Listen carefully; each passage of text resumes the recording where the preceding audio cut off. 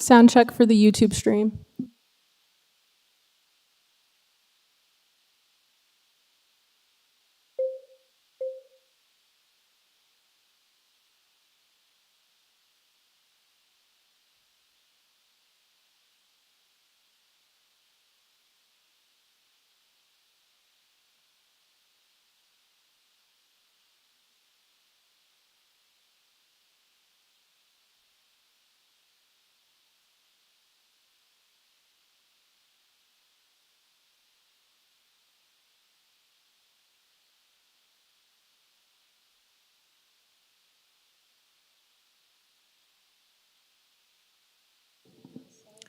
Mic check for the YouTube stream.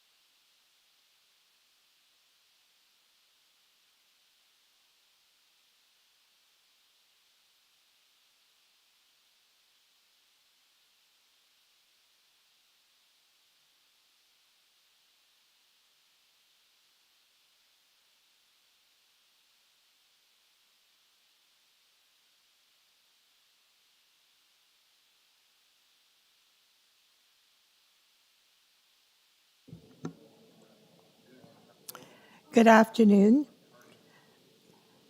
Welcome to the Scarborough Committee of Adjustment. My name is Ann McCauley, and I am the chair of the Scarborough panel of the Committee of Adjustment. I am joined by my fellow panel members, Mr. Kahn, Mr. Reed, Mr. Stinson, and Ms. Oman. In accordance with Section 45 and 53 of the Planning Act 1990 as amended, this meeting of the Committee of Adjustment of the City of Toronto is called to order. The Committee of Adjustment considers applications for variances from the provisions of the zoning that applies to property, permission to extend or alter lawful nonconforming uses, and consent to sever property to create new lots. We have a land acknowledgement. We acknowledge the land we are meeting on is the traditional territory of many nations, including the Mississaugas of the Credit, the Anishinaabe, the Chippewa, the Haudenosaunee, and the Wendat peoples, and is now home to many diverse First Nations, Inuit, and Métis peoples.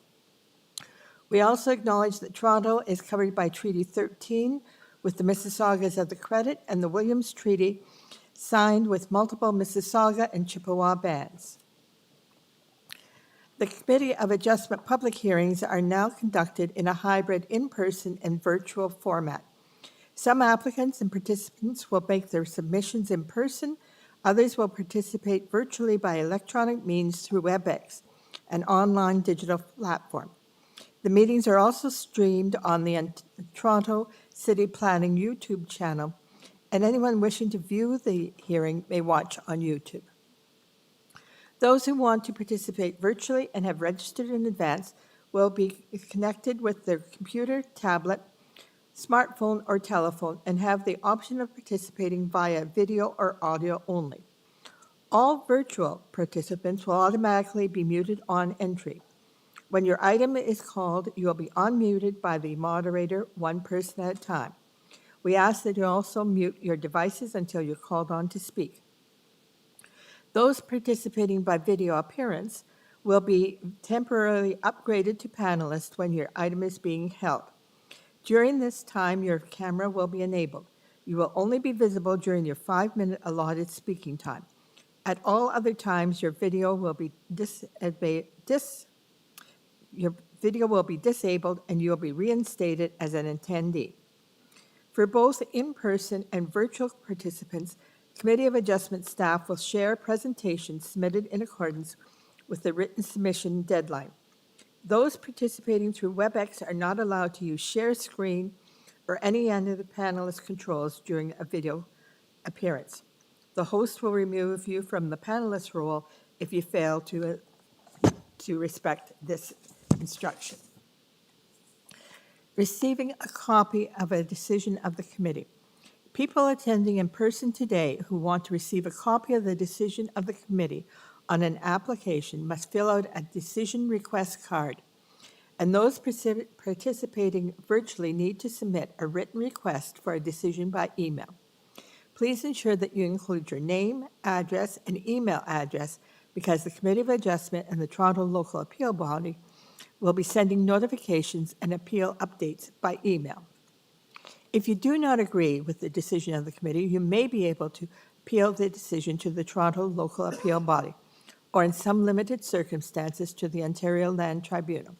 However, the provincial government amended the Planning Act and generally removed rights of third parties to appeal Committee of Adjustment decisions. Only the applicant, the Minister of Municipal Affairs and Housing, specified persons and public bodies are permitted to appeal decisions of the Committee of Adjustment. Appeal instructions are set out at the bottom of the decision of the committee. Our hearing procedure for this afternoon.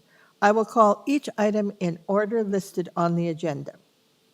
Where an application is uncontested, the agent or applicant may proceed with their presentation if desired.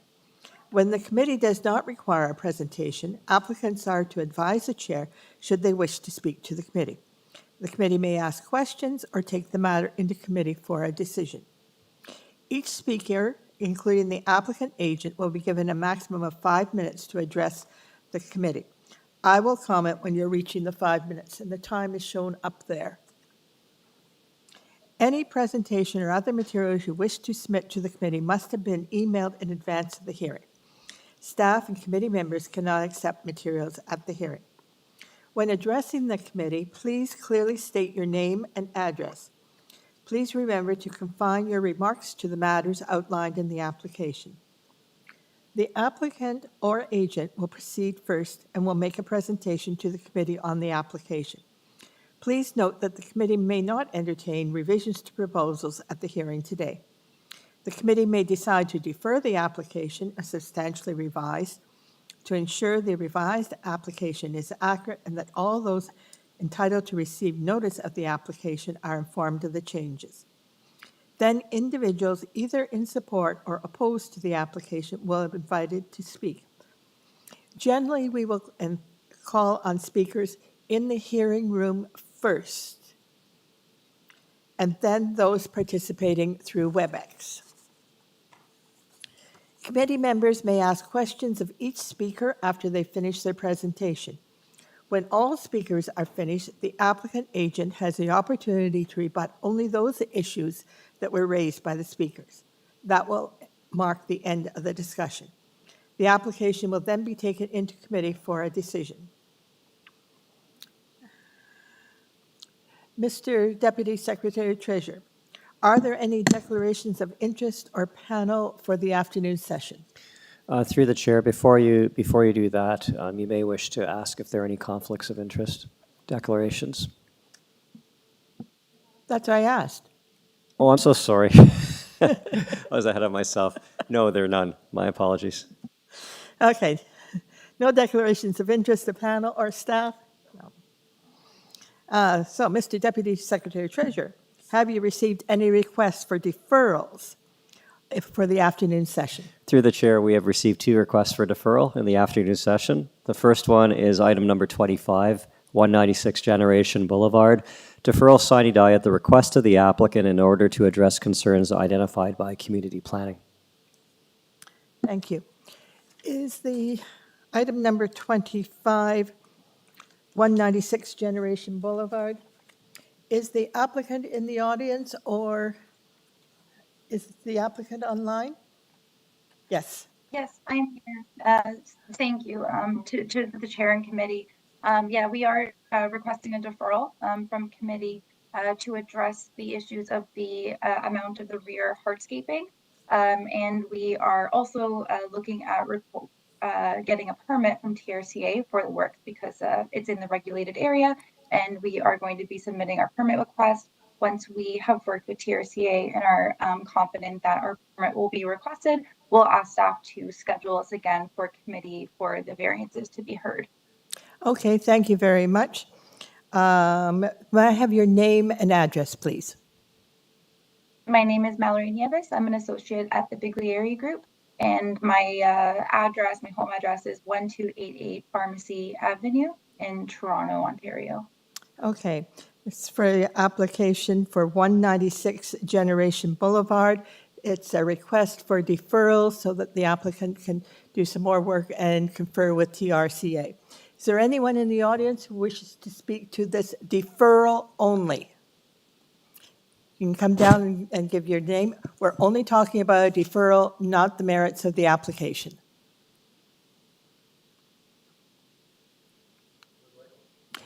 To the lectern. There's a mic there.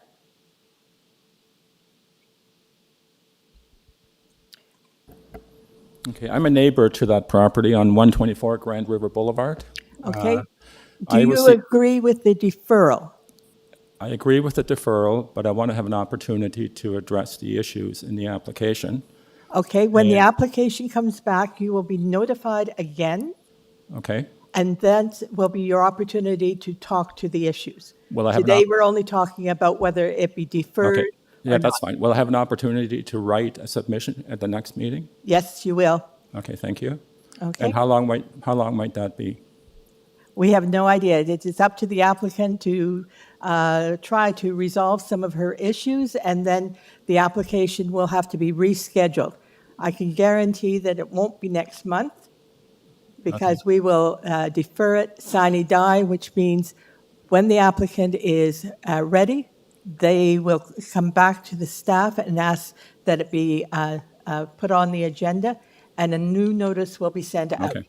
My concern is that all of the work that they're asking to get consent for has already been done. Okay, it doesn't matter. No, The but application the only is still point deferred. the only point I'm trying to make is there's damage being done as we speak, so I hope that the item comes back as quickly as possible, I guess. Okay, well, we hope it comes back as quickly as possible. That's in everybody's best interest. Okay. I don't remember whether I got your name and address. It's Walter, Bordne, Bordne. My address is 124 Grand River Boulevard, Scarborough, M1B 1G5. Okay, and just for the form's sakes, you agree to the deferral? I have no I know, choice. no choice. I have no choice, but I want to make sure it doesn't fall off the table and that I will be informed of the next meeting, so I have an opportunity both to write a submission and to Okay. come and speak to it at the meeting here. Good. You received a letter for this meeting? I did. Okay. And I responded to it and registered. Okay. to So be here. staff will be sending you, since they have your address, they will be sending you a new notice when the application comes back. There will also be a sign on the property. Okay? Okay? I've seen the sign on the property. Yeah. Yeah. Okay. Okay. Very good. Thank you. Okay, so that's an application for 196 Generation Boulevard. Do I have, Madam Chair, just, you might want to check online. It says here 2 speakers, so just to be sure there's not somebody else online. anyone else online for, Through the chair, Annie has not signed in. only one person? No one else? They're not logged in, so no. Okay, all right. Okay. Got an application for Mr. Reed. Thanks, Chair. I move that we defer the application to allow the applicant time to work with city planning staff and TRCA to improve the application. Okay. Motion to move deferral. Seconded by me. A motion to move deferral by Mr. Reed, seconded by Mr. Khan. All those in favor of deferral? That will be deferred sine die. Are there any other deferrals? Through the chair, the last deferral of the afternoon session is item number 27, 88 Craigley Drive. Deferral sine die at the request of the applicant in order to address concerns identified by community planning. Is the applicant online? Yes. Let me just, Good afternoon, Madam Chair. Am I audible? okay, so this is an application for 88 Craigley Drive. You are requesting deferral, sir. Could you give us your name and address? Good afternoon, Madam Chair. I am Anandu Shaji from CM Designers and Engineers Limited, 537 Danforth Road. I am speaking on behalf of the owner of 88 Craigley Drive. So we had received comments from community planning on 18th of July 2024. So upon addressing these concerns, we had eliminated a few of the variances which was mentioned in the zoning notice. But there's a new variance which has been emerged that was not mentioned earlier. So due to this reason, we'll be submitting a new zoning waiver along with the updated list of variances and the new drawings. We kindly request you to defer the hearing date to a near date in the future. Thank you. Okay. I have 2 other people, I guess, Mr. Fail, Ahmed, from your office. Is he going to speak as well? No, they are not. Okay. And then I have a third person. This is a neighbor, Sarah Chen Jones. Is she online or in the audience? She is online. Sarah, the application, the proposal is that the application be deferred. You can speak to the deferral only. Do you agree with the deferral? Yes. Okay. As you heard previously, when this application comes back to committee, there will be a new notice sent out, and you'll be informed. Okay. Okay? Great. Thank you. Yes. Do I have a Thank you. motion for deferral? Yes, Madam Chair, I'll move deferral of this item for the reasons as outlined by the applicant, and it would be deferred sine die. Okay. Do I have a seconder? Thank you, Chair. I'll second the motion. Okay, I have a motion to defer the application for 88 Craigley Drive from Ms. Oman and seconded by Mr. Stinson. All those in favor? That application is deferred. Thank you very much. Thank you, ma'am. All right, we'll return to the agenda item, the first item in the afternoon.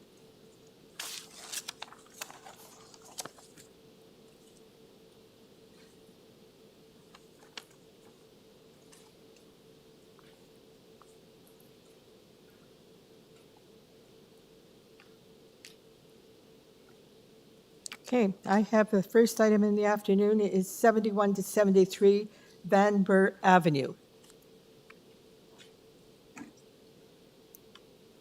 Let me just get my pieces of paper here together.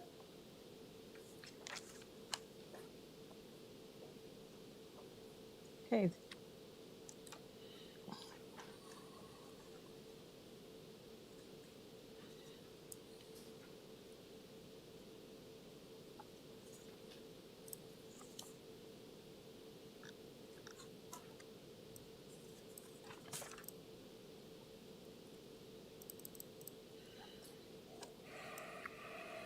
This is an application, okay. This is an application to sever the property at 71 and 73 Van Burt Avenue. The end result will be 3 new lots with a frontage of 8.12 meters frontage and a lot area of 297 meters squared. There's also some variances that are associated with this. Committee members, can we deal with 71 and 73 Van Burt together? Okay, all right. Okay, is the applicant online? Good afternoon, committee. It's Peter Jeruzik calling from Arc Design Group, 60 Thistledown Crescent, Whitby, Ontario. Okay, do you wish to make a presentation or do you wish to answer questions? We have, If the committee would like a presentation, I can provide it, but if they don't need one, then I can simplify things and just answer questions. okay, before we proceed with a presentation or answer questions, is there anyone in the audience who wishes to speak to this application at 71 to 73 Van Burt Avenue? Okay, seeing none in the audience and there's no one online for this application. All right, go ahead, sir. Well, Madam does Chair, Okay, I don't know if my fellow members need a presentation. They may want to go straight to questions. Okay. Mr. Janusik, we don't need a presentation. We'll go directly to questions. And I apologize if I haven't pronounced that name correctly. that's all right. Any questions? Go ahead if you have any questions. Just Oh, apparently we don't even have any questions. Yes, we do. Thank you, Mr. Chair. Stinson. Thank you, Chair. Peter, with respect to urban forestry conditions, those can be met? yes, they can. We've already made some adjustments to the driveway in discussions with them to offset to save that one tree. You answered my question. Thank you. Okay. Any other questions? Yes, Mr. Khan? Thank you, Madam Chair. Through you, sir, my question is little bit confusing to myself. You can clear the mess up that I have in mind. Sir, what is the area that you have combined in 71, 73? Is it 148.8 and requirement is 371? So, Are you talking about the area of the lot? no, sir, can you explain the application? Because what you're doing is you are taking parts of properties and putting it together. So can you give us the end result of all your bits and pieces put together? Okay, yes. So right now we have two 12.19 meter lots. 71 and 73 are two lots. We're severing a portion of 71 and a portion of 73 and joining them together to create the third middle lot. So that would create the 3 lots of 8.12 meters each. Okay, Thank you. is that, any other questions? Any other questions? Okay, no further questions. Is there anyone in the audience who wishes to speak to this application at 71 or 73 Van Burr Avenue? Seeing none?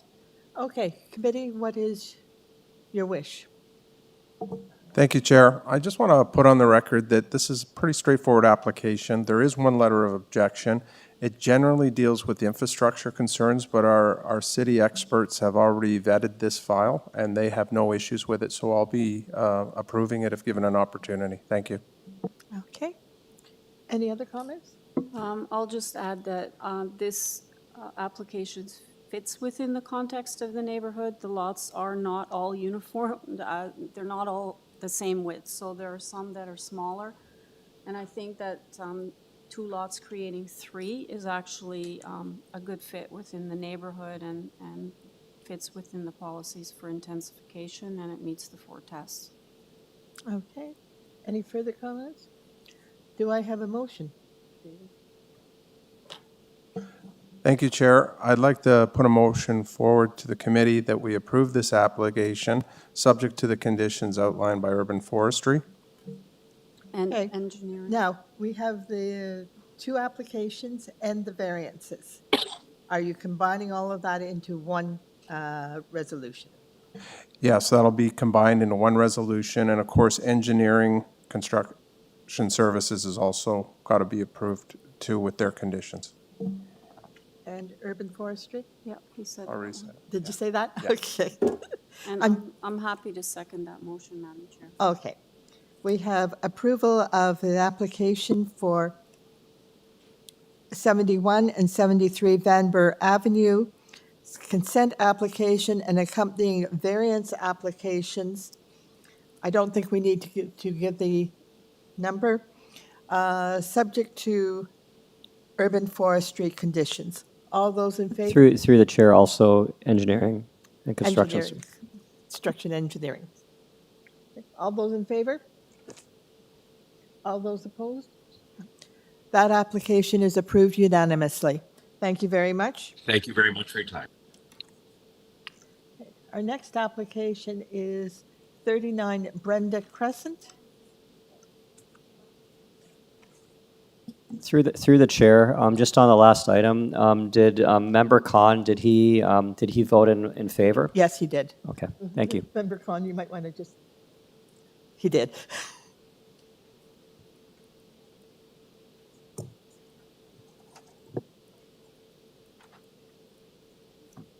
Okay, application 19 is 39 Brenda Crescent. Again, it is a consent to create 2 lots and variances for lot area, frontage, lot coverage, building height, FSI, and some platforms.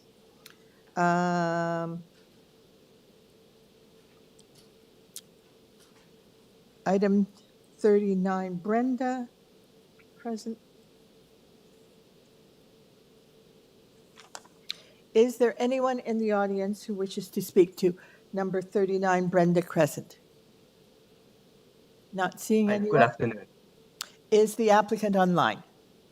Okay, go ahead, Yes, sir, yes. with your name and address, please. My name is Andy Huang, and my address is 49 Tower Circuit, Scarborough. Thank you. Okay, do you wish to make a presentation? Or do you just wish to simply answer questions? I can just simply. Okay. All right, are there any questions? This is for 39 Brenda, both consent and variances.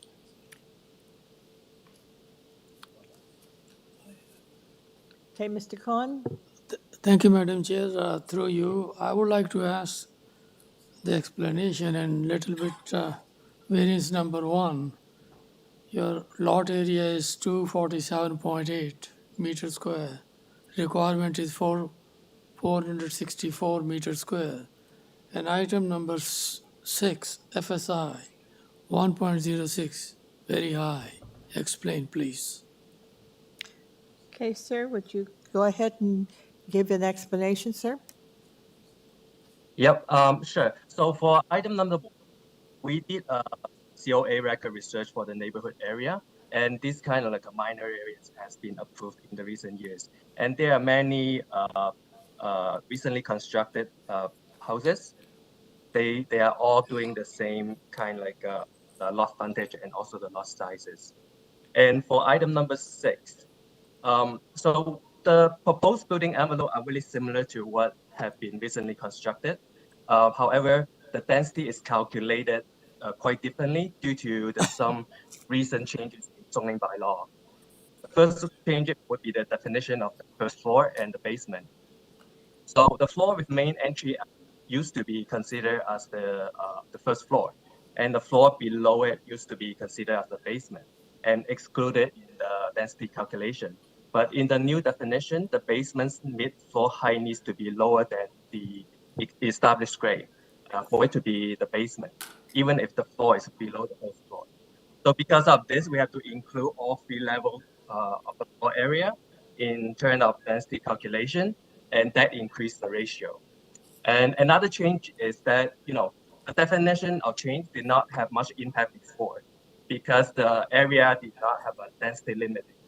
But we have a new multiplex zoning bylaw kicked in last year. So it has introduced a citywide general provision that have a density limit of 0.6 for all the residential zone without an identified density limit. I hope that answers the question. Okay, any other questions?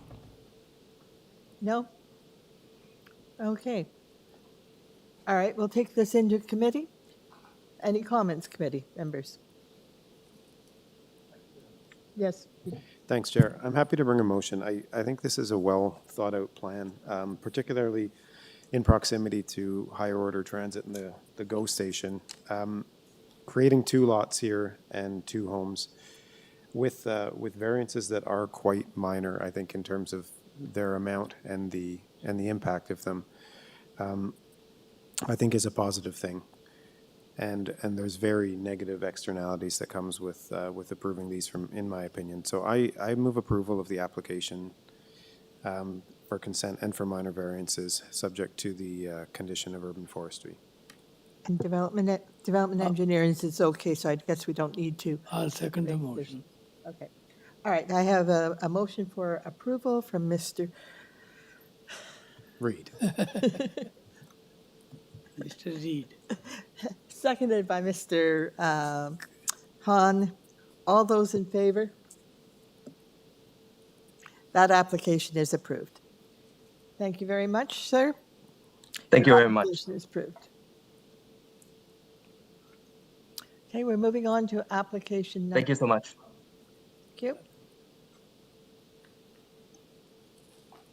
Moving on to application number 20A, 2 Pine Ridge Drive.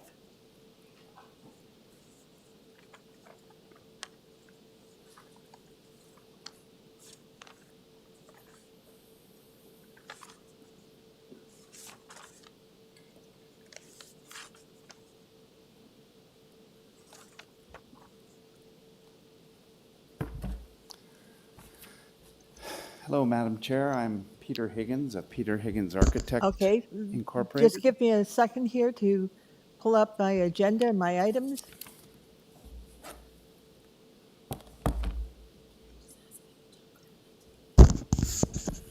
Thank you.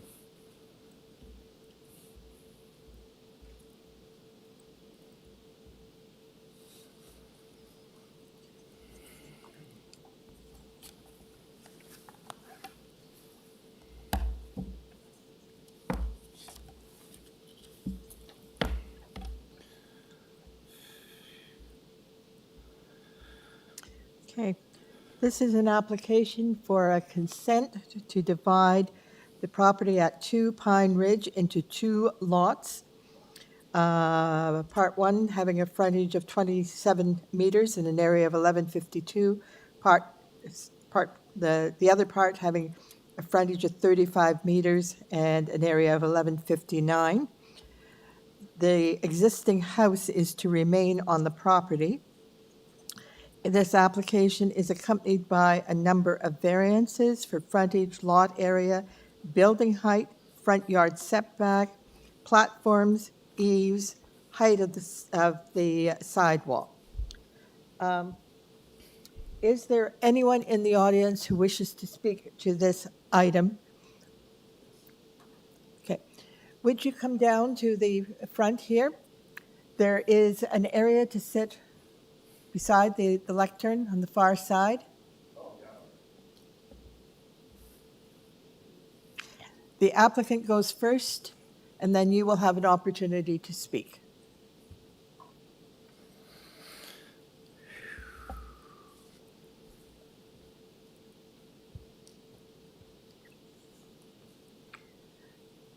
Sir, are you Mr. Coop? Yes. Oh, okay. All right. And we have no one else online, do we? Okay. All right. Mr. Higgins, please proceed. Thank you, Madam Chair. My name is Peter Higgins of Peter Higgins Architect Incorporated, 69 Douglas Drive, Toronto, Mary 4, Walter 2, Bob 2.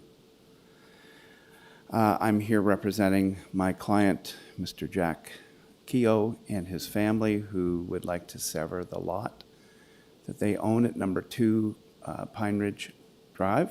It is quite a large lot, although admittedly when severed because of the zoning bylaws, because the lot area that is required is, of course, the lot area that exists today.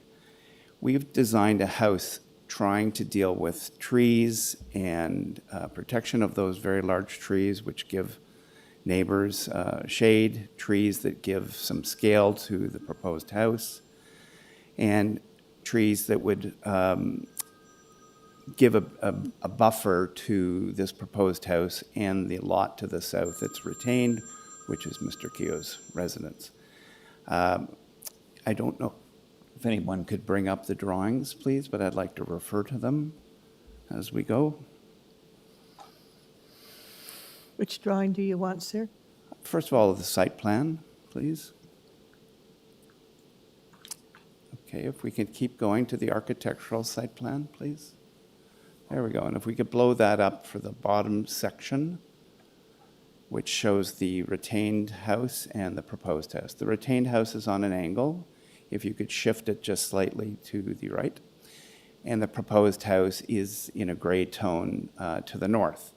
Now, there's a large tree in the front. You see the lines there, tree protection fencing, and there's a very large tree to the north on the property of 1 Faircroft. And what's telling here is the big chunk out of the back of the property, or back of the design for this 2-story house. And that is to fully protect the large tree. It's about 1 meter in diameter. If you could blow it up just a little bit and go north and east from the corner of the house, not quite that far, thank you, down a bit. You can see where the bite, let's call it, out of the back of the house. So what that does is it minimizes, number one, the effect on the tree, minimizes the effect of the proposed new house on the adjacent neighbor. We have, after discussions with the planning department, a number of discussions, we revised our plans, we reduced the footprint, and we increased the side yard setback on the north side, adjacent to 1 Faircroft, to 1.8 meters. Only 0.9 meters is required. And you should know then also right smack in the middle of this lot is a very large tree, and we're staying away from it. So we end up with a south side yard setback of 6.7. So this is far and away more than what is required. And if the staff could please go to the front facade, the street side elevation, which would be the west.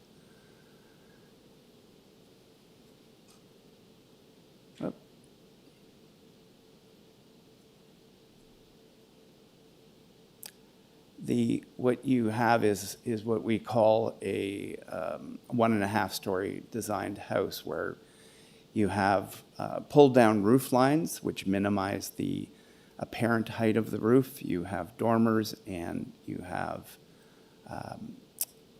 gables, and there is a lot of interaction between different materials.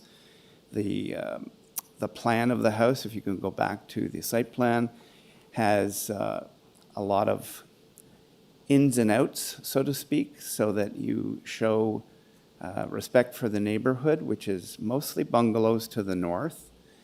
It's a 1.5-story design to the south presently, and we think that the design that we've put forward is very much in keeping with the neighborhood. It's a very natural environment, and the large side yard setbacks, particularly to the south and particularly to the northeast, where we have the bite, so to speak, is definitely maintaining the feel of a green area that this neighborhood is known for. And the sculpting of the design is, I think, giving neighbors, particularly the north neighbor, a very positive result versus a house that would just be a square box. We are also, and I should have said this right at the beginning, we are going to remove the height variance, which was 9.96 meters, whereas 9 meters was allowed.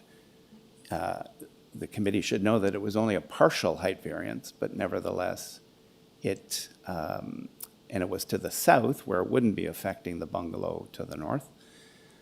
But we've decided that in the best interests of the neighborhood, we would reduce the roof line to the allowable height of 9 meters. Okay, Thank sir, you. your 5 minutes is up. Can you summarize very quickly? Well, I think it's a neighborhood in transition. I've designed a number of new homes that many of them are, in fact, a 1.5-story style on Pine Ridge and other locations here. I started my career doing a beautiful bungalow redo on Faircroft, and that family still lives there. Hard to believe after almost 40 years. But it's a neighborhood of walking without a sidewalk, of being close to the bluffs, and we think that this sensitive design is going to work with the neighborhood, the immediate neighborhood of bungalows and 1.5-story buildings. And I would like to think that on your looking at our designs, you would agree with that. Okay, thank you very much, sir. If you take a seat, and we'll hear from the next speaker. Thank you. Mr. Coop?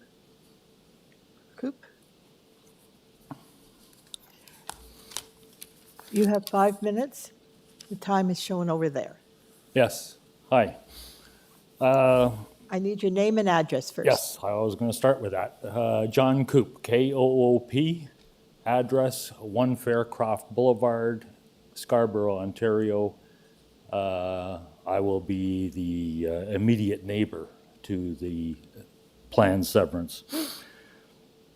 To start my talk, I want to go into history a little bit. There was the applicant was successful in severing 4 Pine Ridge, which was behind us, and 1 house was built. The second one was sort of delayed, but finally this spring, the second house went up. And on the plans and all that stuff, it's abstract. It's on paper. You got no feel for it. But I ended up walking up Meadowcliff, and I was shocked by the size of this house, the proximity of this house to 120 Meadowcliff, and like I said, it was just shocking. 120 Meadowcliff previously had about 30 meters of sightline, open space, and now 3 meters and 40 feet tall, or sorry, 35 feet tall, 10 meters. And front and back, their sight lines are reduced. Anyway, it was a shocking sight. And anyway, go to this particular severance, the same scenario is going to apply on Faircroft. Got a 2-story house, you just reduced the variance next to a bungalow. And looking at the plans, maybe 6 meters away, or sorry, 6 feet, 2 meters away. It is right up against me. And the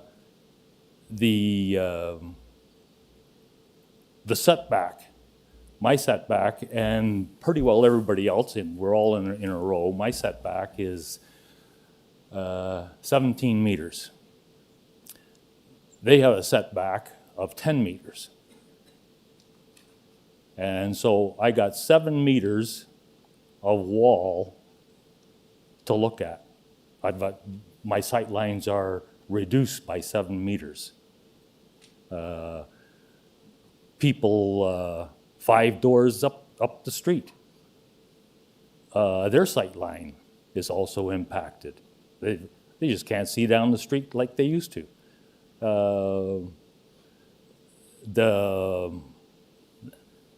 The fit of this house on our street, non-existent. It's going to stick out like a sore thumb.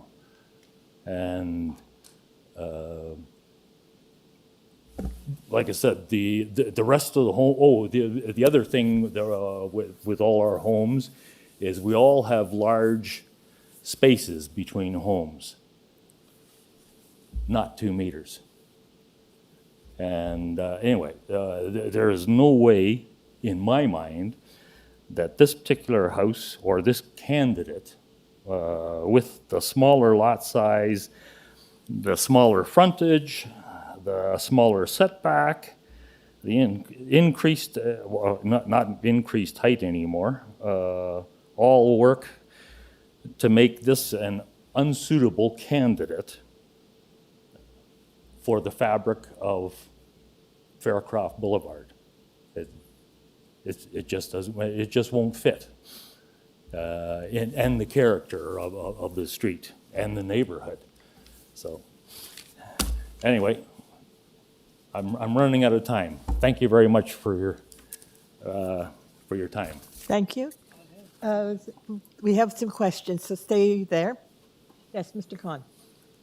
Thank you, Madam Chair, through you. Sir, I would appreciate to know which variance is your chief concern. The proximity of that house to mine. In our neighborhood, there are no other homes that are that close. Everybody is got a fair bit of space between homes. It just doesn't fit our street or our neighborhood. To have that house 2 meters from like the one on Meadowcliff, and that's what shocked me. Jeez, this close to an existing house? Boy, here's the people at 120 Meadowcliff. Has the value of their property gone down? I think so. Will the value of my property go down if this goes through? I think so. It's just not a fit, and especially with the like I said, here you got one house, a 17-meter setback, and immediately next door to it is a house with a 10-meter setback. Wow, you know. Thank you. Okay. Mr. Stinson? Thank you, Mr. Coop. Thanks for your presentation. Very well done. A couple of things. You're at 1 Faircroft? Yes. I heard correct, okay. Yeah. 2, when I'm looking through Google Earth and doing some other research before I came here today, the properties are quite substantial. Would you agree the land sizes, the lots are quite large? Oh, yeah, yeah. And that's what makes our community that unique.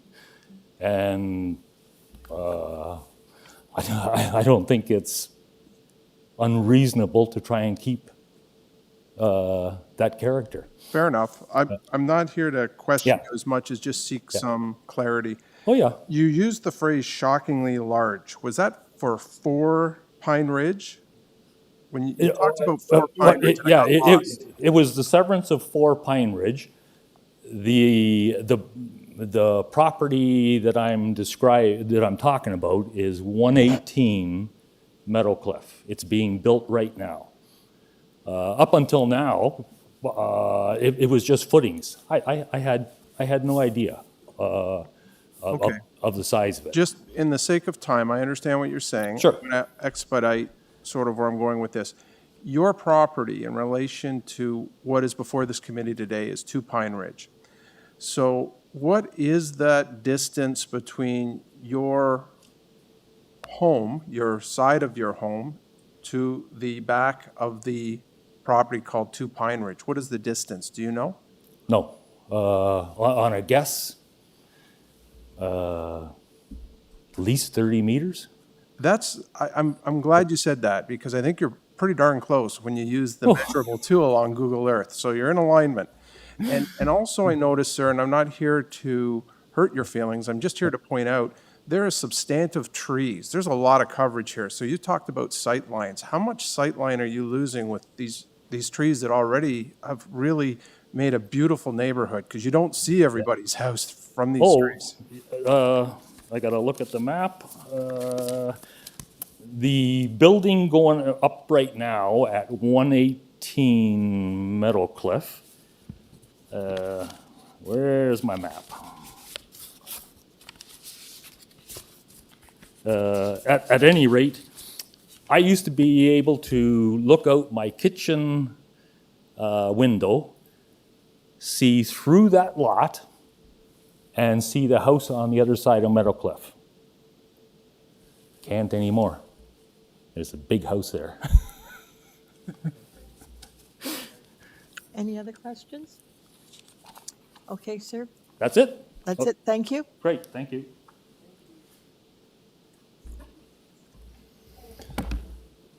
Thank you, Mr. Coop. Thank you. Madam Chair, may I speak? Yes, go ahead. Rebuttal. I failed to mention earlier that we, after meeting with the planning department, we're dealing with heritage planning. They're on side because of potential indigenous sites. We had a survey done, a heritage survey, digging holes in the property to make sure there were no indigenous artifacts. Development engineering has had no negative comments. We reached out to the local councillor, Parthy Candevel, and he has not responded. And forestry made their standard comments with no concerns noted. In response, please, to Mr. Coop, one of the things that was brought up was the size of the lots. They are substantial, there's no question. They're quite distinct, but Mr. Coop's own house is 1 meter from the mutual property line. So when he speaks of having large spaces between the properties, I would say that is between his south wall at 1 meter to the property line and then the 30 meters to number 2, which, as one of the members pointed out, there's a thick stand of trees both on the proposed property line and also on the mutual property line, which would not only shade Mr. Coop's property, but would also minimize. Now, if he's talking about a streetscape and walking along the street and seeing a new house where there had been essentially a garden, yes, that has changed. But This is 2024, and I think that a sensitive development of this size is well worth it. We need housing in this city, and that's what we're providing here. So I can't speak to the spaces on all of the other houses on Faircroft, but please remember that we designed this house around a large tree in Mr. Coop's backyard, so he only has a little over 25 feet of wall that he has to look at, and the rest of it is set back almost 30 feet from his mutual property line, or the mutual property line. It was done intently to minimize the effect on Mr. Coop's property, knowing that it was a bungalow, notwithstanding that he could add a second floor on and be a much different look to his property. We do acknowledge that bungalows are quite common, but bungalows are not being built today because of the land value. He talked about 118 Meadowcliff. I just remind the committee that the side yard requirements are only 0.9 or 3 feet. We're not talking 10 or 12 or 15 feet. This neighborhood allows close proximity. And one of the revisions we did after meeting with planning was to double the size of our side yard setback from 0.9 to 1.8 meters in order to satisfy planning. And we seem to have done that because they did not have any comments today, nor, as I mentioned, did the councillor. We think this is good for the neighborhood. Many of these houses will be redeveloped in my lifetime, and they already have been. It's been changing for many, many years, and we think we've designed a house that would be lovely to look at and walk past and admire in the way that it fits with the rest of the neighborhood. Happy to answer any more of your questions. Yes, sir. I have a question. I'm just looking through the information we have. What is the setback, the proposed setback from the house that you're proposing to build to the adjacent house? Are we talking about Mr. Coop's house to the Yes, north? we are. Well, he is 1 meter and we're 1.8 meters. So that's 2.8 meters at the closest point. Okay, you are 1.8 meters, is that what? That is our side yard setback, which is double the norm or double the required from the zoning standpoint. Okay, so you're not asking for a side yard setback at all? No, not at all. And on the south side, we have an even larger setback that is over 4.7 meters, I believe it is. I have the eaves encroach, I guess, into the front yard. Yes, that's correct. And Okay. that's because I'm glad you brought that up, if I may just comment on that. Number 2 Pine Ridge on the retained lot is on an angle and much closer to Faircroft than Mr. Coop's house. So therefore, the required side yard setback, or front yard setback, excuse me, is where number 2 is. But we are kind of, and if staff wouldn't mind just putting up the site plan one more time, we're trying to be minimally in front of Mr. Coop's house and minimally behind the corner of number 2. If you could blow that up, the lower left quadrant, showing both retained and the proposed lots. Thanks so much. Just go over a little bit. So you can see there that number 2, the white box, which is the retained lot, is closer to the street to the south, which is Faircroft. And if you just go a little bit to the other side, you'll see Mr. Coop is set well back, and our building is essentially spanning the 2 frontages or front yard setbacks, with the furthest setback on Mr. Coop's side and the closest setback closer to number 2, where it would not affect Mr. Coop. So we've been very conscious of Mr. Coop and others that have small bungalows. They're not small in a sense that they're they're quite long because the lots are very wide, but they're low. We understand that. It's a low pitch, and we don't want to overwhelm them, and we think that we've put together a design that doesn't do that. Beyond the fact that Mr. Coop acknowledges that these houses are being built close to the property line, and they're allowed to be. So we have no side yard setback variances. In fact, we're double than the minimum requirement on the north side, and we're 4 times on the south side.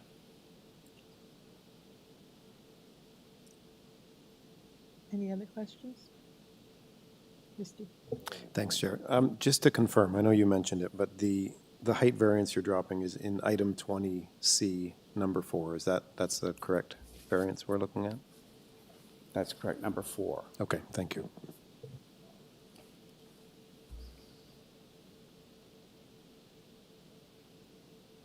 Any other comments? Okay, thank you, sir. Okay. Committee, your comments. This is a consent as well as a variance for both Part 1 and for Part 2. Part 1, it's really to acknowledge the existing and to give a proposed lot frontage and area. For the new house, there are a number of variances. Okay, committee, I will start. Okay. I've been out in this area. It's an area that I was a little bit surprised at. And I had to actually drive around this area 3 times because we have this application, we have a second application in the area, and about a year, maybe 2 years ago, there was an application on Pine Ridge right at the corner beside Kingston Road. So I drove around the area a couple of times. What I'm looking at is, in a consent application, what is the character of the area? What are we trying to protect, as well as what are we trying to achieve? We're obviously trying to achieve additional houses throughout the entire city. We're looking for dwelling units, but that doesn't mean that every lot has 2 or 3 or 4 dwelling units on it. We have to marry that desire for additional housing with maintaining the character of the area. In my mind, this is an area of very large lots. It's also an area of very large houses. And they made reference to the only other consent application that has been provided, I guess 2 or 3 years ago, which is the lots on 118 Meadowcliff and the quarter lot for Pine Ridge. I looked at that to see how that fits with what is being proposed. That lot frontage is still, I think I wrote it down, 30 meters. The requirement is 33. The request that we have in front of us is 27. The lot depth is also, as you can see, 42 meters deep. So even the most recent house that came through a committee approval is a very large house on a very large lot, which lot size and configuration exceeds the proposal in front of us. It's, as I said, I drove around this area. There's a lot of houses. There's a lot of new houses in the area. But we haven't seen a number of new consents or variances back here. In fact, we only have 4 in the last 4 years, according to the information you provided. So out of 100 lots, only 4 consents. It's not what I would call a stable area. It's an area that is regenerating, and some of the older houses are being torn down and newer houses are being built, but they're in the same character, same large lots, and same large house. I think that this really is something unique to this section of Scarborough. It's something that I think is needed to be preserved. Take a look at Faircroft Road. Again, it confused me because Faircroft Road is one of the few roads that I have ever come across in Scarborough with a boulevard down the middle. You can drive up Faircroft Road on the right. You can drive up Faircroft Road on the left. There's a stop sign at the end of the road on both, so obviously you're expecting 2 lanes of traffic, so that's 4 lanes of traffic with a boulevard in the middle. It's got a different character from some of the others. We'll see a second application later on today. Again, big houses, beautiful houses. I wish I had one of those houses. Well-maintained. Often I saw a number of pieces of sculpture in the yards. It's a rather unique area. I don't think that it is desirable to diminish this unique area by dividing this lot in half to create an additional lot and another house. Okay, committee, that's my opinion. I haven't put forth a motion yet. Thank you, Chair. I'll give you a counter view, only because you spoke so eloquently about why preservation is important, and it is. We also have growth needs, a city that constantly transforms from the 1800s to where we sit today in 2024. We also have significant land and availability in this area, and evenly as close to Mr. Coop, who spoke so eloquently himself, when you look at 16 and 18 Faircroft, there is a space between those homes that is much closer than this is. You also look at the fact that there is ample shrubbery and forestry, if you will, to not overpower, I would suggest, a new development of this kind. I heard from Mr. Coop that there can be an impact on property value. And equally, that goes to the applicant who's looking to see value in what they do. So that, to me, is a very treacherous position for this committee to look at. We don't get into values. I just mention it because that's not what we consider. We consider the 4-test rule. And by that rule, the 4-test, I'm struggling why I wouldn't approve this.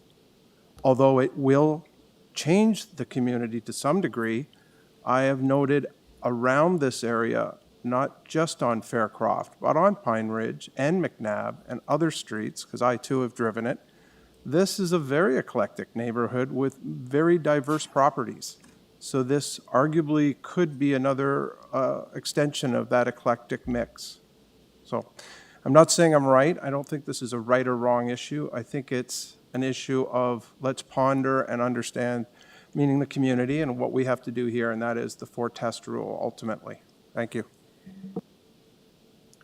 I just remind you, we have a consent application, so we're doubling the density as well as the variances.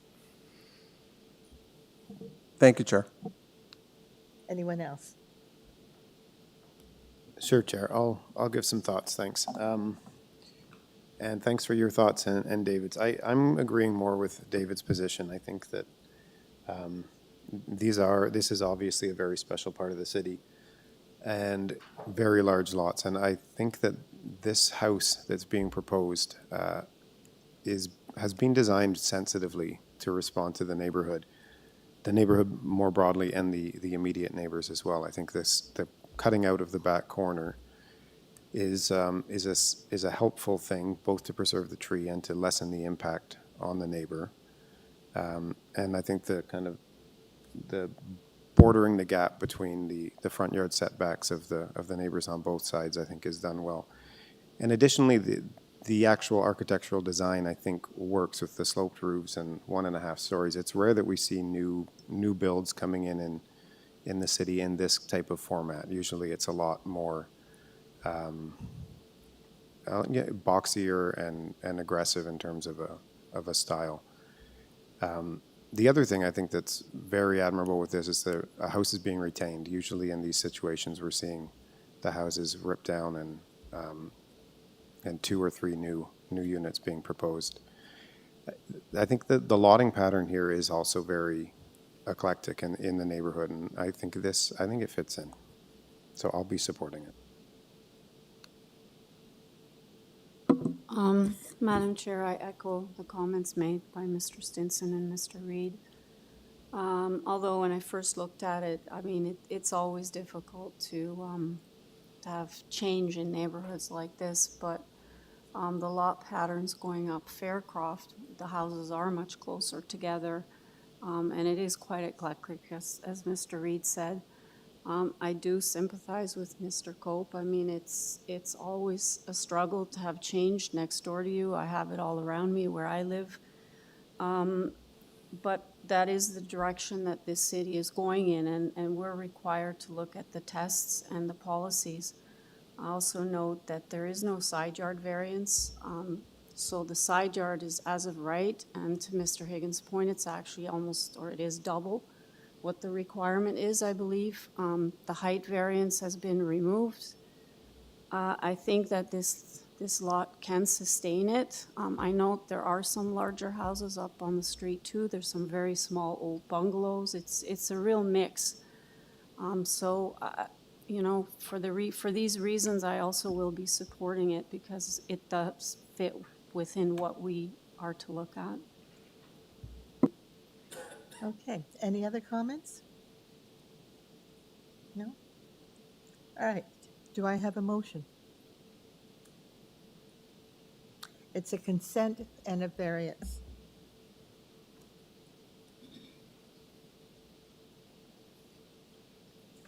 Thank you, Chair. I'd like to put forth a motion to this committee that we approve the application and that we approve it with the conditions of, with regards to community planning and, of course, the urban forestry and heritage. We don't get that every day. The heritage conditions also. And I would encourage in this submission that the architect and the firm, if it is approved, continue to be very sensitive to the neighbors in this neighborhood, as amended. Okay, so that's the consent application. Does Development Engineering have any comments? Through the chair, they did not have any conditions. No, Development And- Engineering is okay, so we have archaeological assessment, we have a tree preservation report, and then we have the variances itself. Through the chair, urban forestry. 3 conditions from three divisions, and they will be tied. They will be included in the consent application. The minor variance applications will not have any conditions imposed on it. Okay. I'll Do you second. want to say that all over again so that Mr. Stinson can repeat, or are we happy that as a committee we understand? If it's fine with the chair and the committee, I will adopt what the deputy treasurer just said for the record. Okay, I'll second that motion, Chair. thank you. So I have a motion to approve from Mr. Swinson, seconded by Mr. Reid, for the consent application and the variance applications, the 2 variance applications. All those in favor? All those opposed? That application is approved. Thank you, 4 Madam- in favor, I oppose the application. Thank you very much. Thank you for your thoughts and input, and thank you for your time, all of it. Okay.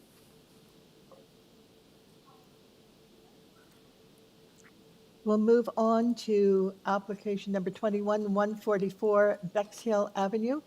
Again, a consent application to create two lots of almost equal size, quite different from what we're dealing with before. The frontage here is 7.62 meters, and the area is 241 meters. Both properties being proposed are the same size, and we have a number of variances. Let me just pull up.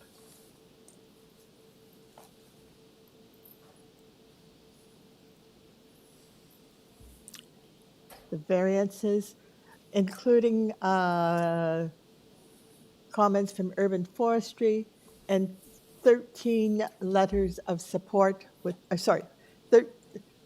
form letters of support with 13 signatures.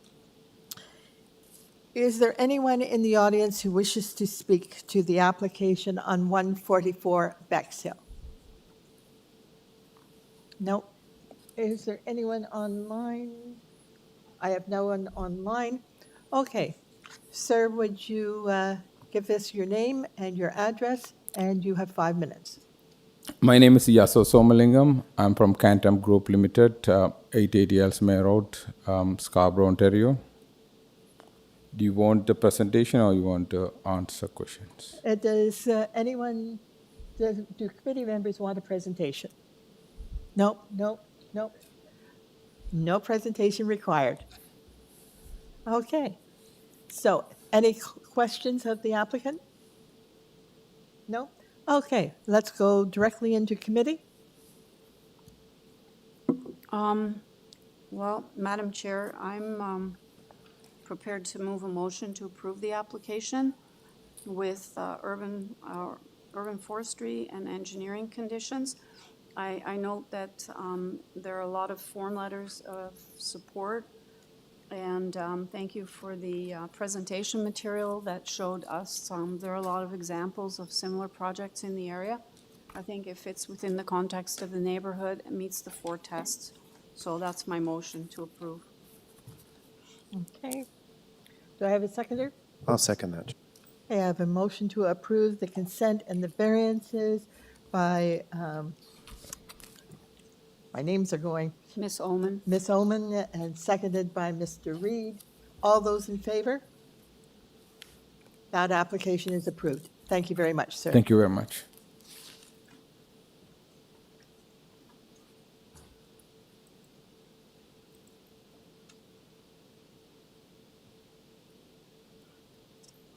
Our next application is 24 Pine Ridge Drive. It too is a consent and variance. Application, sorry, item number 22 is 24 Pine Ridge Drive. I may have confused the numbers there.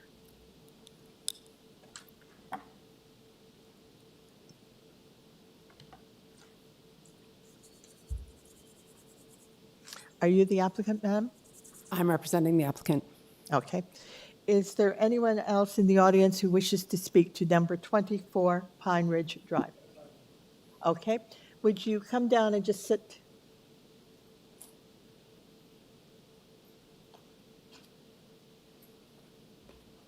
Okay. After we've heard from the applicant, we will ask you to speak. Okay. My name is Julia Francisco. My address is 50 Meadowcliff Drive, M1M2X9. Thank you.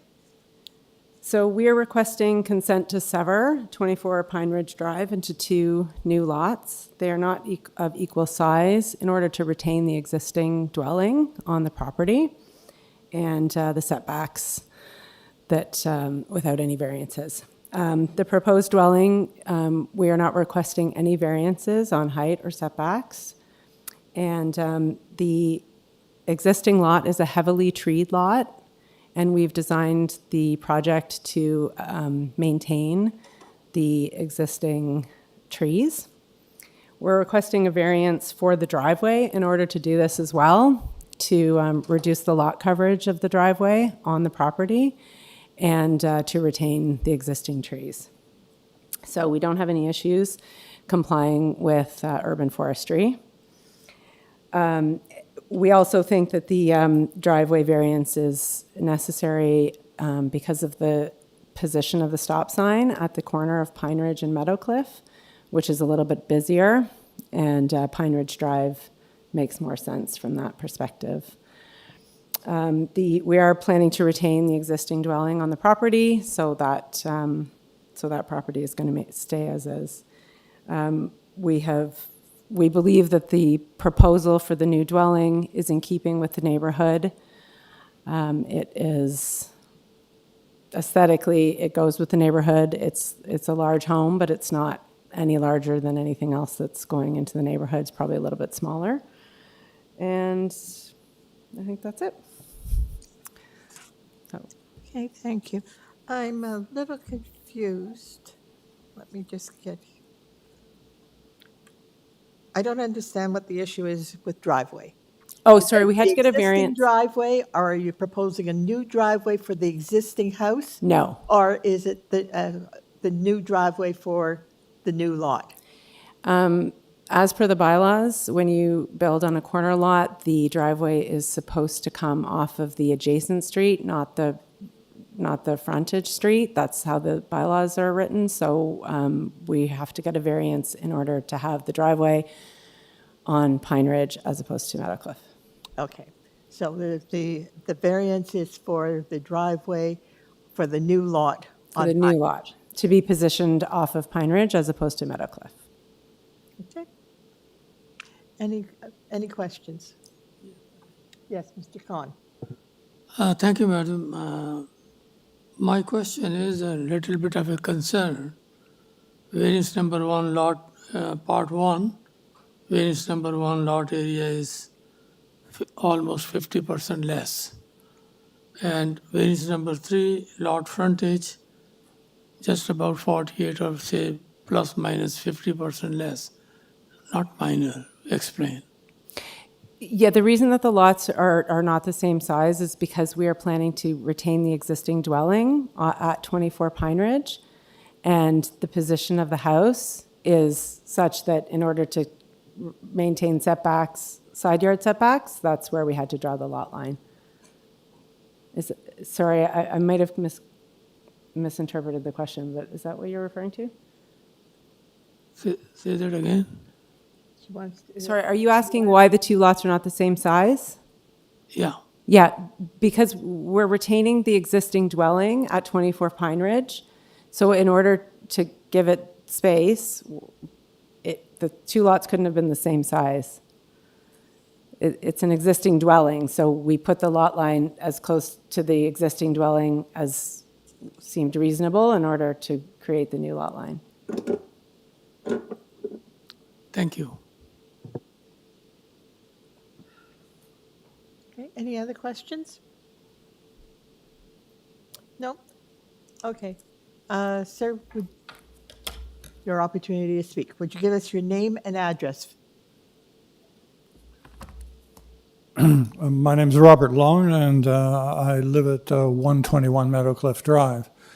That's just south of the subject site.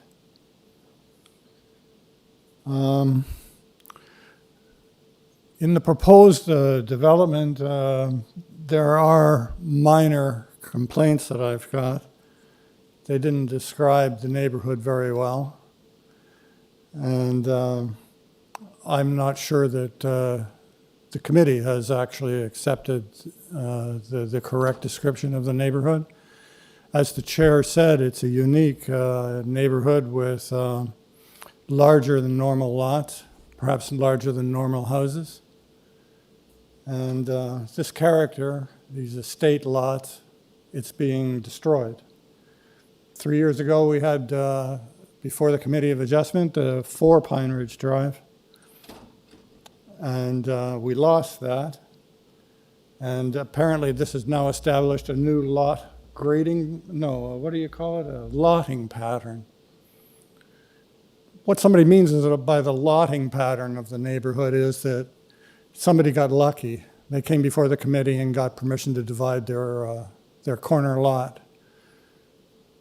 Now, every corner lot in the neighborhood is up for grabs. They're all going to be divided. We heard the one on Faircroft just a few minutes ago, where the committee decided that it didn't matter that about the size of the lots being reduced by so much. So I feel sort of helpless in front of this. People that don't recognize the character of the neighborhood are making judgments upon it. But what I want to make sure of, because I don't believe that I'm going to get this development project stopped, but what I want to make sure of, and what I haven't heard except prior to the meeting today, is that there's any lot grading pattern plan. This property, the subject site, floods. Could I have the pictures put up? I submitted a couple of pictures. Staff? There are. Just pick the very first picture, picture number 1.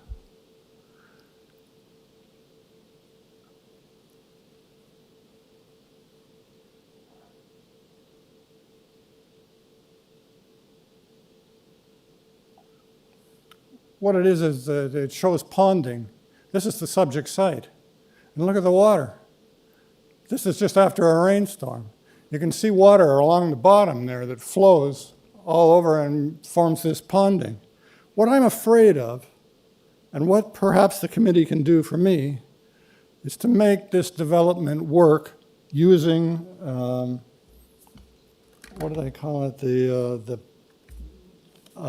grading plan, a lot grading requirement.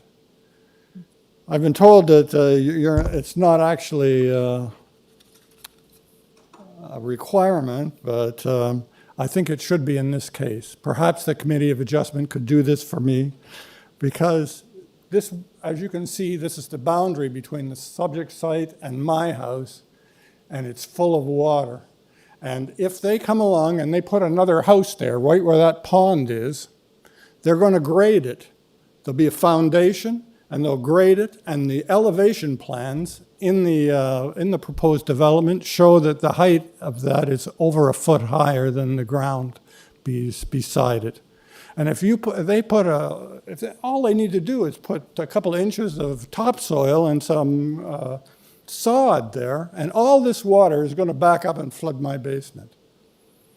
And I don't think that's right. Just because my neighbor wants to make a lot of money by dividing and selling their property, why should it affect me and make me forced to move, or make me try and regrade my property in order to stop the basement from flooding? So I want to tell Madam Chair that the lovely sculpture that she admired is gone. That's not true, Bob. The lady in the pool is gone. And it's not true that we're selling the property here, and you know that. I just thought it was fair. No discussion from the audience, please. If there was a lot grading. Sir, you have 1 minute or less than 1 minute to speak. All right. If there was a lot grading consultant hired, it would change a lot of my complaints. But I haven't heard any guarantee that there's going to be a lot grading consultant. And in view of that, I would like the committee to reject the application. Okay. Thank you. Thank you very much. Before you sit down, Oh, yes. I have a question. Yeah. Either you or the applicant can answer. I don't believe there's any storm sewers in the area. Well, no, I think there are. Yes. At the corner of Pine Ridge and Meadowcliff. There are storm sewers Yes. in the public right-of-way? Yes. Okay. All right. So that was my first question. The second one actually is a comment, and staff may want to add to that. But you're asking about site grading. We're dealing with consent and variances at this stage. Before they get a building permit, there will have to be a site grading plan submitted, and I believe approved by the building department. Staff, do you want to just confirm that? Through the chair, for the lot in which a new dwelling is being proposed, yes, they would need to provide a lot grading certification from an engineer that all drainage is self-contained. It's not for the because my understanding is the building permit is not being. They're proposing to retain the existing house on the retained parcel. That would not be subject to that requirement. Okay. Okay, so the existing house will not be subject to any lot grading, but any new house on the new parcel will require a lot grading plan prior to getting a building permit. So the answer is yes and no. It's true. It's a yes and no. Okay. Yes, Any other Mr. questions? Stinson? Go ahead. Thank you, Chair. I just want to get a question in too, if that's possible. Thank you. Thank you, sir, for your presentation. You mentioned at the onset of what you presented that the building's a heritage building, or I thought I heard something about heritage. Can you elaborate? No. Okay, I I didn't say anything like apologize. that. Okay, there was nothing unique about the property in terms of its age. Which, the subject site, the one that's being divided? Yeah. No, there's nothing unique about it in terms of its age. Okay, thank you. Any other questions of the? Okay. Yes, go ahead. I just wanted to respond to that.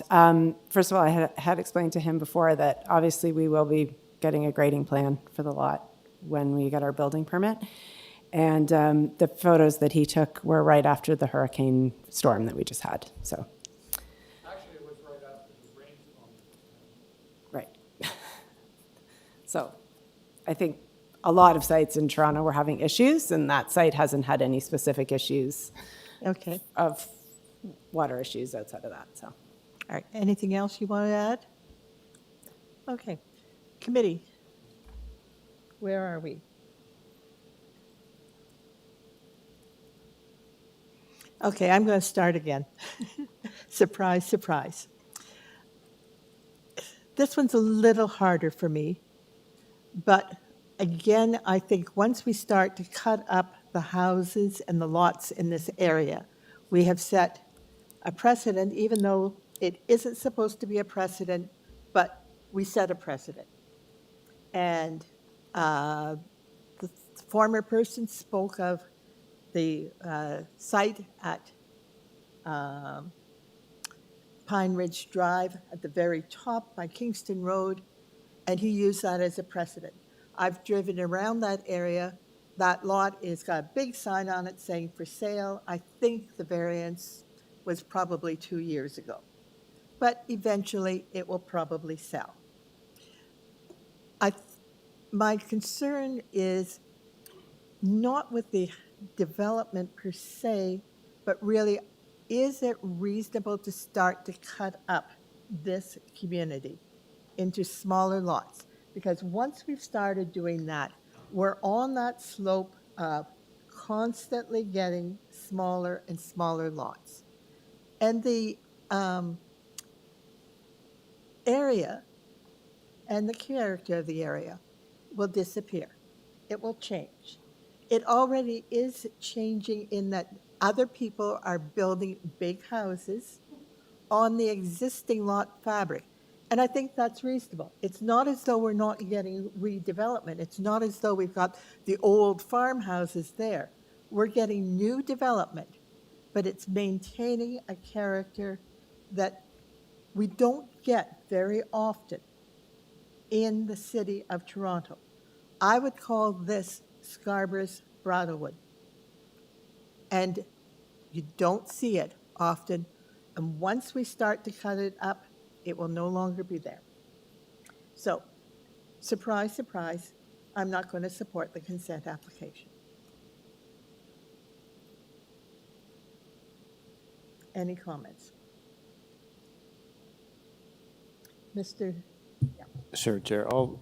I think we're, maybe kind of like divided on ideological lines a bit, but Similar to the other one on Pine Ridge, I feel that this is appropriate. I think, and I know it's easy to say it's a corner lot, but there's a lot of room on this corner lot, and I think that the vegetation, as it is, and I think as it will largely remain, will go to screen a lot of this.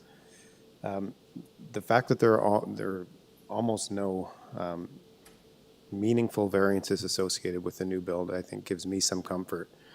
And the driveway one, I think does make sense in locating it where it is proposed as opposed to the alternative. I get the neighbor's concern about the flooding, and there is a separate process for that as has been mentioned, and I have some comfort that the city staff will address that. But I do think that this is an appropriate kind of evolution of a neighborhood that is definitely very special, in that throughout the city, city policy exists to allow some gentle density, and I think that this is done in a sensitive way. So I'll support it. I will second the motion. Are you, okay. Those Are were you just prepared to put forward a those were just comments. I don't know if my Sorry, colleagues Lord. have anything else to Anyone add. comments over here? I actually, I agree with Mr. Reed's comments, and the variances are truly minor for the new structure. And I do think that this lot can support it. It's also heavily treed, and I do hope that the applicant will ensure a proper grading plan is done through the building permit process. So I too will be supporting the application. Okay. Mr. Stinson, any comments? Okay. All right. Mr. Reed. Thanks, Chair. One thing I forgot to say, just of the agent, I wanted to commend the planning rationale. I think that was really well done, especially with the analysis around the severance. We don't usually see that level of rigor, so I appreciate that. For the reasons I stated before, I move approval of the application subject to heritage condition and urban forestry condition. Okay. Move the approval for the variances and the consent. Mr. Reed, I will second the motion. seconded by Mr. Khan. All those in favor? All those opposed? I am opposed. The motion is carried. Your application is approved. Thank you. Thank you very much.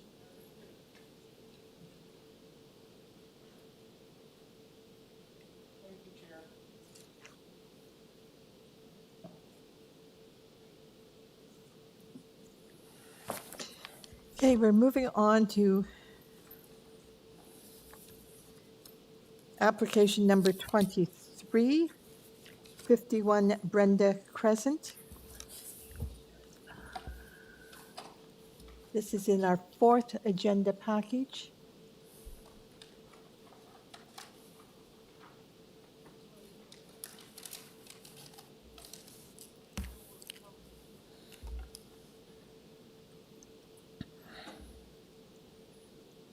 Let me just pull up all the information here and we will proceed.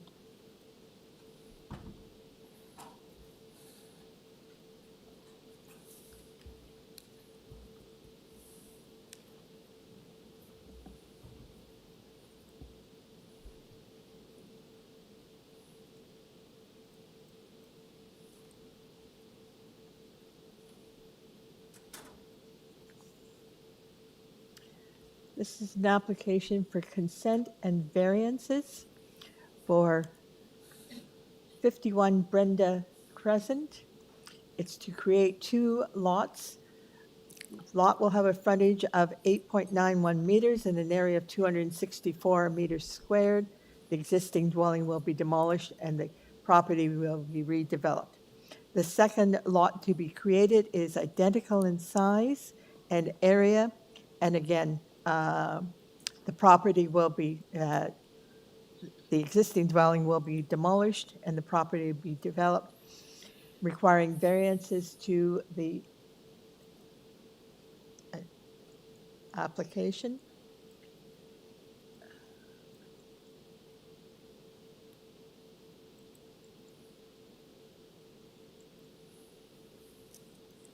I'm, I'm just pulling up here. Sorry, it takes a minute for the computer to respond to me.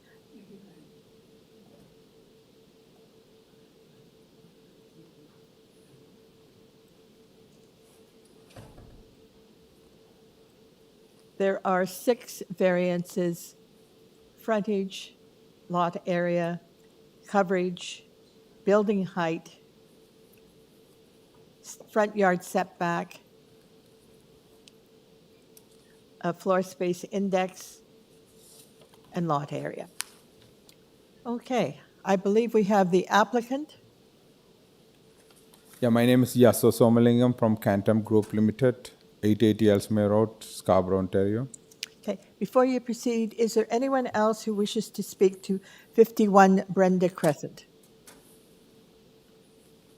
No? Okay, go ahead, sir.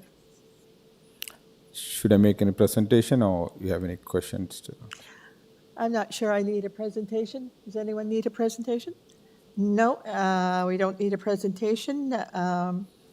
I see you have a form letter of support with 20 signatures, so you've done a bit of your homework there, and your variances are identical. Do I have any comments from committee? Yes, Mr. Thank you, madam. Through you, madam, my comments are that my concern is variance number 5, floor space index. That's quite high. Okay, your concern is the floor space index permitted is 60 and the proposed is 78.5. Is that correct? Okay, sir, to the applicant, how do you wish to respond? Yeah, that floor space index is calculated based on the lot area, and typically with the other approvals in the neighborhood, it's much less. Even recently, it was approved with 101% or 100%, more than 100%. But we have done to the maximum, and we have not exceeded anything on the setback lines. The front yard setback is minimized to 6 meters, and it's just because of the neighbor property is a little bit far away that variance is requested, and the maximum length or the building length is exceeded because of the deck is being calculated. If the deck is not calculated, it's within that area. So within that area, whatever we could able to get it, we achieved that GFA. So we did not ask anything more with the setbacks or anything like that. Thank you. Thank you. Any other questions? Okay, again, it's a consent and variances. Wait a minute, let me just, yeah, it's to create 2 lots and variances. Okay, what is the wish of committee? Mr. Khan? Thank you, madam. My motion is I'm taking the application for approval with forestry condition and ECS condition as well. Okay, so you're recommending approval of the consent, create 2 lots, and the variances? That's right, ma'am. Okay, and it's subject to development engineering, who say they're okay, urban forestry condition. That's right. Okay. I'll second that, Chair. Okay, so I have a motion for approval from Mr. Khan, seconded by Mr. Reed. All those in favor? Okay, that matter is approved. Thank you very much. Thank you very We're much. going to take a 10-minute break for me to get my head back together again and a trip to the washroom. So 10-minute break. Thank you.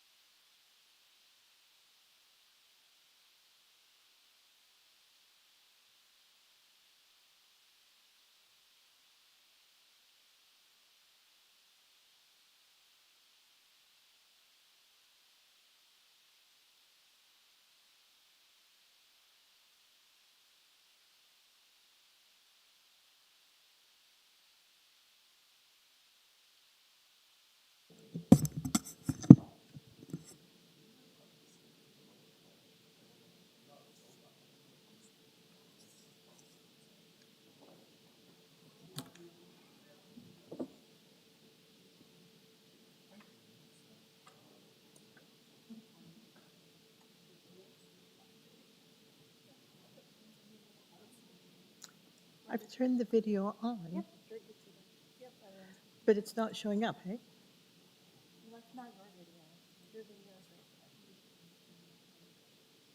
Ah, okay.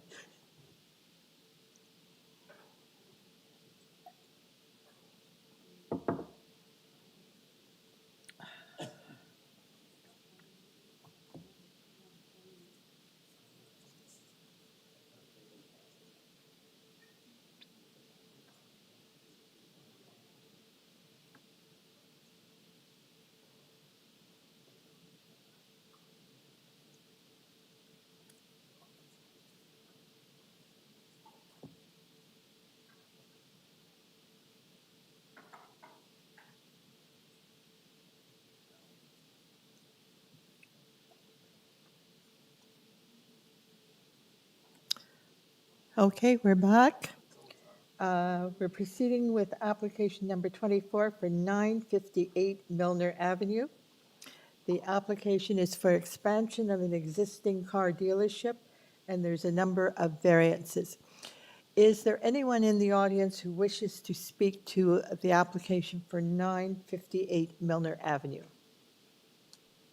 Not seeing anyone. Is the applicant online? Yes, Madam Chair, David Mackay with MHBC Planning, representing the applicant. Okay, Mr. Mackay.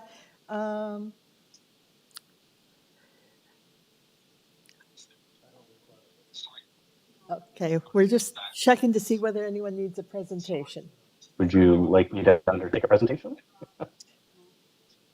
No, we're going to move very quickly on to our decision on this application. There's 6 variances. It's reduction of parking spaces, it's parking within the landscape strips, and it's an increase in gross floor area. And I believe your statement was that this is meets with the OP, provides a more intensive use of the employment area and a better use of the limited supply we have of industrial areas. Okay. That's correct, Madam Chair. Quoting you, I hope. Any comments? Okay, do I have a motion? Yes. Chair, I'm happy to bring a motion. I think that this is a good application. It's just a small addition, and a lot of the variances are triggered by existing conditions. Community planning is fine with it, and I think that this traffic study that was done is supportive of what's being proposed, and I think that the owner has shown that there are other alternative parking arrangements in the area. So I think this is supportable and will have no negative impacts on the neighbors. So I move approval subject to urban forestry condition 2. Thank you. I have a motion for approval from Mr. Reed, seconded by Mr. Khan. All those in favor? Okay, that motion is carried. Thank you very much, Mr. McKay. That was very fast. Okay. Thank you very much. I appreciate it. Have a good afternoon. Thank you. Item number 25 is 190, nope, sorry. 196 Generation Boulevard was deferred. So we're item number 26. Let me just jump and check. 5280 Finch Avenue East.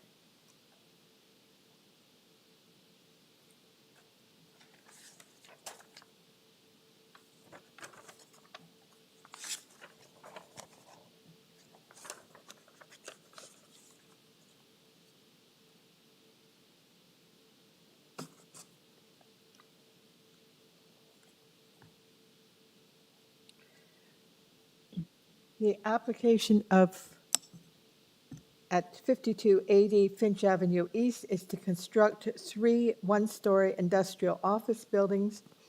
The variances regarding landscaping, a flankage yard parking location, and driveway width. Community planning has a condition that the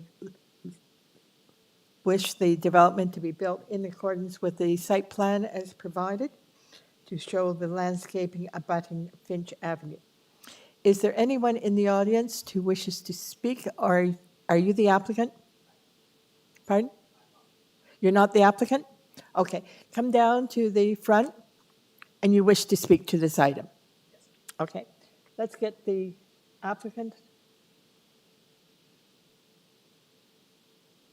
Is the applicant? Good afternoon, Madam Chair. Okay. Yes, I'm the applicant. My name is Jane McFarlane, Weston Consulting. Okay. Is the property manager also going to speak, or are you going to be the speaker? No, I will be speaking on behalf of the property owner this afternoon. Okay. All right. Ms. McFarlane, you have 5 minutes if you need it all. Certainly. Thank you very much, Madam Chair, and good afternoon, committee again. For the record, my address is 268 Berkeley Street, City of Toronto. I'm here today on behalf of the property owner for the variance application for 3 variances, which would support the construction of 3 one-story industrial office buildings. These variances come with an associated site plan application, which we've been working on with staff departments for the last 3 years. At this point, the 3 variances have been reviewed with staff. I am supportive of the condition that planning staff has imposed upon this application. Really, it's with respect to variance number 1 about the landscaping strip on the south side of the property. This is to do with the soft versus the hard landscaping, as there is an abundance of soft landscaping, which we can use. However, we have 2 pinch points that are at the main entrances where the access points are for the proposed office area on the building off of Finch, and hence the variance needed for 0.5 meters wide. With respect to the driveway widths, we're seeking allowances for the maximum permitted driveway above 11 meters. This is to reflect the existing condition to the property that is there right now. The site was once part of a much larger amalgamation, which has been developed a number of years ago with industrial buildings. With that development of the lands to the east of this site, there are a number of easements for access for vehicles to come in through the subject lands off both of Finch and Tifffield and access the buildings that are to the east of the site.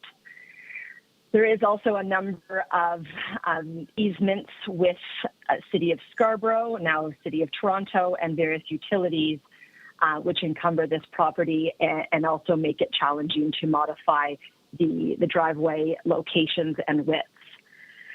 Really, the way that the property is set up has also led us into needing the variance number 2, which was with respect to parking spaces in the flankage yard. Since a majority of the site is encumbered, there's not a lot of flexibility in where we can locate the parking spaces. We also are cognizant that we have to locate some parking spaces that are in close proximity to where we have oriented the office portion of these buildings, which is at the front of the site, so that the buildings animate Finch Avenue East as much as possible. And therefore, we've had to locate more than the permitted allowance of parking spaces that are in the flankage yard, which is off of Tifffield Road. We do have ample landscaping, though, to provide a buffer and shield the appearance from Tifffield Road so that it's not one that's dominated completely by surface parking. And we think that this is a minor variance and still meets the 4 tests under the Planning Act. So as I mentioned, I'm happy to support the conditions from planning. There are also conditions from urban forestry for the removal of private and public trees. That is also acceptable to ourselves, as we've had a full arborist report done, and landscaping plans done, which have been reviewed by urban forestry and ravine staff several times, and we understand the onus on undertaking the tree permit removal and injury applications. With that, happy to answer any further questions of committee and or elaborate on my planning report that I prepared, justifying how I believe this application meets the 4 tests under the Planning Act. Okay, thank you. Mr. Khan. Thank you, Madam Chair. Through you, my concern is variance number 2. You have 50 parking spaces and 19 is allowed. How does it justify that we should give you 50? Through the chair, yes, we are asking for more than is allowed in the flankage yard. We are not asking for more than is allowed in total under the zoning bylaw. We are under the maximum. We are actually quite under, and city staff have asked us to remove parking, which we have done. And to offset the additional that we're asking for just in this yard, we have added additional planting strips in the interior to offset the impact of having to locate more than the allowable on the west side of the lot between the building and the flanking street, Tifffield Road. Thank you. Okay, any other questions? I have a question of staff. Community Planning has written that should the committee approve this, recommend that variance number 1 to reduce the minimum 3-meter wide strip of landscaping abutting the street be limited to the portion of lands abutting Finch Avenue East. Do we need to add anything to that, such as shown on the plan, or is that sufficient? You could, if you wish, you could reference the site plan if you wish. Yeah, because it's not the whole 3-meter wide strip. It's only a portion of it that. Okay, all right. Okay, so let's reference the site plan, whichever one staff can tell us is the appropriate one. Through the chair, if you indicate the if you just indicate the site plan, we'll ensure that we have the key reference, the drawing number and revision date in the decision. Okay. All right. Committee members. Oh, I'm sorry. Thank you very much. No, I couldn't see him. I saw him come to the. Okay, may I have your name and address, please, sir? Yes, thank you, Madam Speaker. My name is Mohamed Al Kandikar, and I'm here on behalf of my client, Metropolitan Toronto Condominium Corporation, which is the adjacent property. It's located at 5310 Finch Avenue East. So this is the adjacent property to the subject property, 5280 Finch Avenue. Okay. Go ahead, sir. Madam Speaker, our concerns relate specifically to easements. As I believe the applicant's representative mentioned, there are certain easements that my client, which is the adjacent property, Metropolitan Toronto Condominium Corporation 1064, benefits from. Specifically, this has been an ongoing negotiations between the parties. It's my understanding is it's been ongoing since 2021. And at this point in time, with this application being brought for permission to construct several commercial buildings, our concern is that the easements with regard to the parking spaces and the parking driveways would be affected. And therefore, we're asking for some clarification and perhaps request to either for the proposal to be deferred or for other items to be considered before and for these easement issues to be dealt with prior to the proposal being considered. Okay. Are the easements registered on title? They are. So that should give you the the comfort that the easements are going to be recognized. Is that not the case? Is that what your concern is, that when you looked at the site plan, the easements may be jeopardized? Right, and there was a prior to that, there was a proposed access agreement whereby our client would be willing to concede some of the easements or release some of the easements. That was never agreed upon. Negotiations, to my understanding, were discontinued at some point in 2021, and now we have this variance application being brought. So that's why we were just seeking some additional clarity, if possible. Okay. All right, I'm going to ask the applicant to address your easement issue, please. Thank you. Through the chair, I wish to state before the committee and to the speaker that there are no infringements proposed upon existing easements with the condominium corporation or the City of Toronto or the utilities. The site plan that's proposed reflects a design that maintains all the existing drive aisles that are shared with your client, Condo Corp 1064, and the proposed buildings, parking, loading space, and loading turnarounds will not infringe upon those existing easements, which, yes, are registered on title, and we would not be able to seek building permits for those. I also note that this is not an application before the committee to construct these buildings. This is why we're going through site plan control, and we've already made 3 submissions. We'll likely have to have at least another because we do have some small outstanding matters to sort out with technical staff. This is just an application before the committee to allow for variances to 3 of the zoning regulations with respect to the existing driveway widths, where we're placing the proposed parking, which is as far away from the condo corporation lands as we can achieve, and the soft landscaping strip, which is in front of building D on the site plan at the southwest corner of the site. Again, far away from your client's buildings.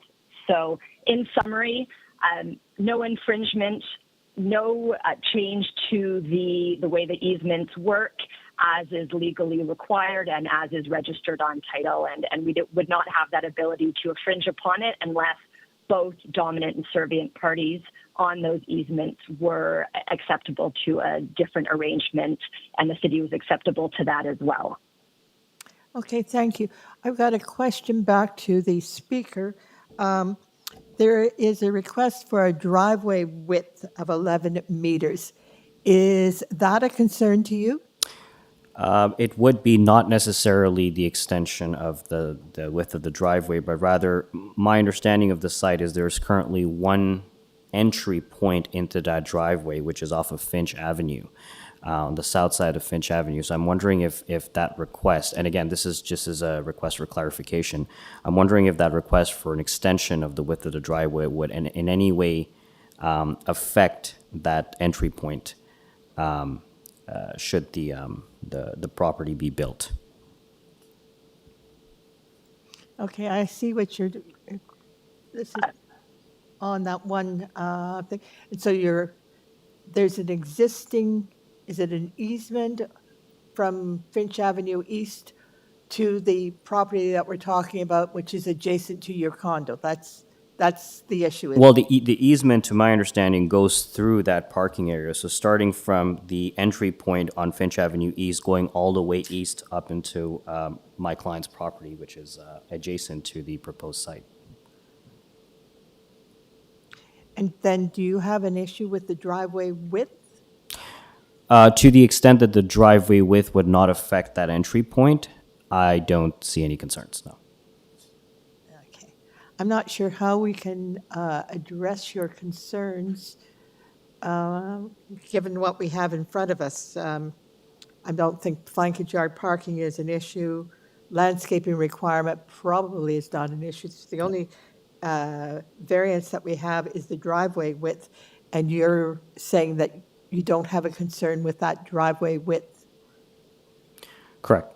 If it doesn't in any way affect the entry point. So if it's status quo, which my understanding was that's the case, then no. Okay. Any questions? No? Okay, I hear your concern. I think you have been protected by the existing easements. You may need to have further conversation with the applicant. But I don't think there's anything that we would be doing here which would frustrate you. Understood. Thank you, Madam Speaker. And thank you to the applicant as well. Committee, any comments? Thank you, Chair. I think it's a pretty straightforward application, notwithstanding the discussion about easement, and I'm glad that was aired out.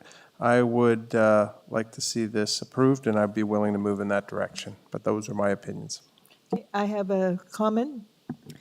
Through the chair, to your earlier question about tying it to plans, the plans themselves do not show a landscaping strip. That's what that's what the applicant is applying for, is for a reduced landscaped strip. There is no, so you can't really tie it. If the committee chooses to approve it, I would suggest not tying it to plans, but actually just tying it to the community planning condition. Because Okay. All right. So we don't have plans that actually show it, but community planning condition is that the landscaping abutting Finch Avenue, and I don't have the rest of the wording here, is what they're requesting. Do I have a motion? Thank you, Chair. I'd like to put forth a motion to approve this application, and with the the conditions tied to community planning's points. And urban forestries. Okay, I have a motion from Mr. Stinson, seconded by Ms. Oman, for approval, subject to the community planning condition and urban forestry. Yeah. Okay, all those in favor? That application is approved. Thank you very much, sir. Thank you.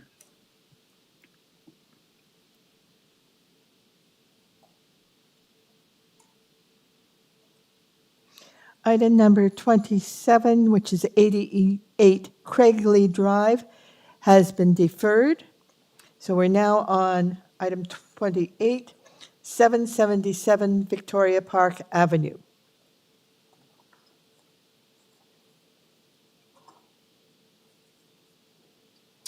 This is an application to alter development standards, increasing lot coverage, density, height, reducing setbacks, and reducing parking.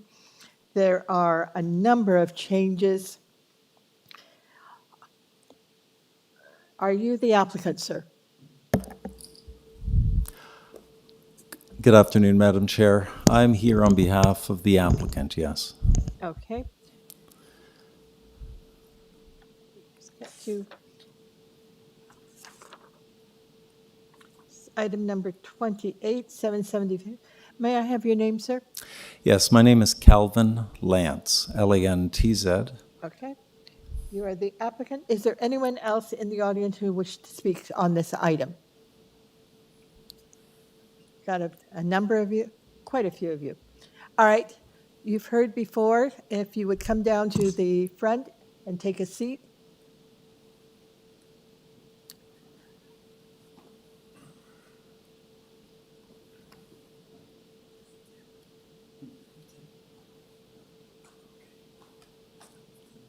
There's seating on both sides of the podium there.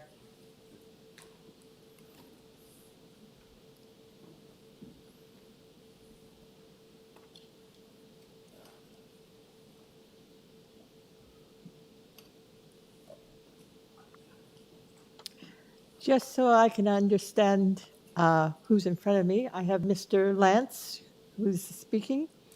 Is Mr. Sweeney there? You were an agent in support? Yes, I'm with the applicant. Okay. Mr. Nana Saviyam, okay. You are a neighbor in support? Yeah. Okay. Mr. Martin? Okay. You also are a neighbor in support? No, I'm here on behalf of the Toronto Alliance to End Homelessness in support of this housing initiative. But you're not a neighbor? No. Okay, so you want to speak? Yes. Okay.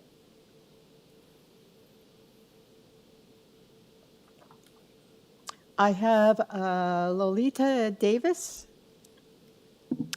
Through the chair, Lolita has left the council chamber. We were unable to contact her by phone, so we left a voicemail. Okay.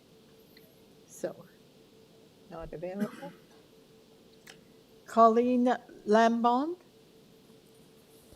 Through the chair, Colleen is online. Okay. Staff, if you remind me, we have one person online. I tend to get through everyone else and forget that we have a person online as well. Okay, each of the speakers has 5 minutes. The applicant. Through the chair, there are also some other in-person speakers, I believe. I thought I had everybody. Madam Chair, is there anybody speaking in opposition to this application that we know of? No? Well, you need a control person. Can you check online maybe? If we knew that, it'd be good. Yeah, Colleen Lambert, speaking on behalf of Good Shepherd Nonprofit Homes. Everybody, I believe, is in support. Everyone's in support? Yes. Good. 2-minute presentation, not 5, and I can't do that. So each one of you has 5 minutes. I suggest if you're all in support, maybe keep it as short as possible so we can all go home. But you've got 5 minutes. And as applicant, after everyone speaks, you have your 5 minutes. Okay. Great. Thank you, Madam Chair, and good afternoon, everyone, all members of the committee. My name is Calvin Lance. I'm here to represent the applicant of this minor variance application. I'm pleased to be here to assist my client, Create TO, and the City of Toronto in advancing a proposal for 705 units of rent-controlled housing, of which 256 units will be affordable housing. And it'll bring with it a daycare center and a community center, as well as some retail at grade. Now, the site at 777 Victoria Park presently is used as a parking lot, and it was declared surplus by the TTC 14 years ago. And since that time, it's been identified by Housing Now Initiative in the City of Toronto as the new home for market rent-controlled and affordable housing on the lands that'll remain in the ownership of the City of Toronto. Now, my client and Create TO and the City of Toronto are all working together collaboratively to move forward this vision to build responsible housing that is in much need in the city. The minor variances being sought here, albeit 16 of them, are sought here to necessitate what's needed to secure CMHC funding for this project. Now, this project has been put in delay mode since for the last 4 years because of COVID. And during that time, we've seen significant increases in interest rates and construction costs, something that had not been anticipated by anyone. And as a result, the programming for this space on the city-owned lands needed to be reimagined in keeping with the intent and purpose of the official plan and the zoning bylaw. Now, it goes without saying there's a housing crisis in Toronto, and the list of families and individuals and couples waiting for housing is growing every day. And I just want to pause here for a moment. We checked the city's own website this morning, and currently, as of today, there is 89,000 applications for housing in Toronto, as shown on the city's own website. This is a real problem, and it's for us to address it. Now, I'm pleased to say that the scheme presented here today and the minor variances being sought reflect the hard work and the collaboration with city staff and Create TO. And I would add that the scheme has also had the benefit of being presented before the design review panel. And I would be remiss if I did not point out, as all of you I'm sure are aware, that we have the full support of Create TO, community planning, transportation services, urban forestry, and the TTC. We're also fortunate to have the support of many supportive housing organizations in Toronto and letters from others giving us support. And on last count, we have 10 letters showing up on the Committee of Adjustment website in support, and we have no letters of opposition. So I'm here this afternoon with the architect, Mr. Sweeney, who's here.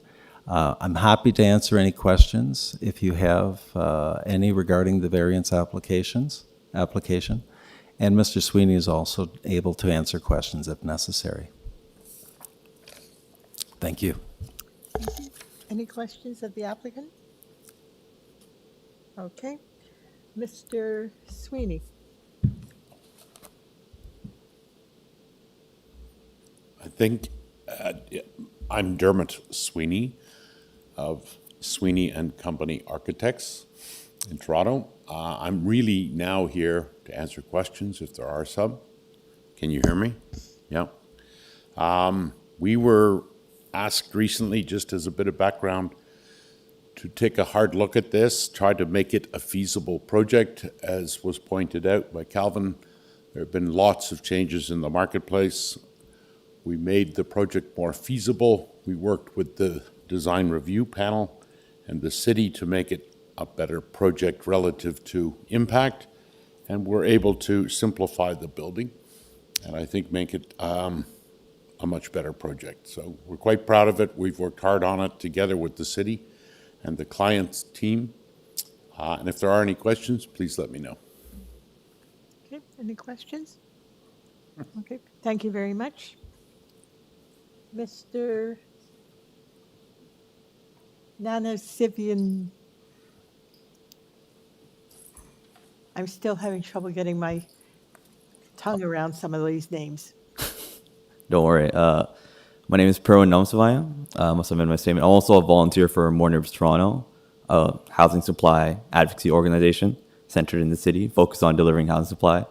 And because everyone here is in support of the application, I keep my comments brief. I am from Scarborough, which is why I felt the need to support this application in person. We are in a housing crisis caused by a failure to approve housing projects across the city. This is why this project is so important.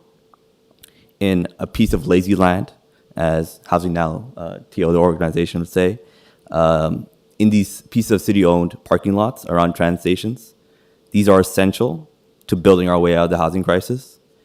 They allow us to build new rental apartments and realistically deliver on our affordable housing goals. This is why it's a suitable project for its area and something that we need to fulfill the city's housing goals. And these market units are something that I hopefully will inhabit in the near future, given this location near subway as transit-oriented development.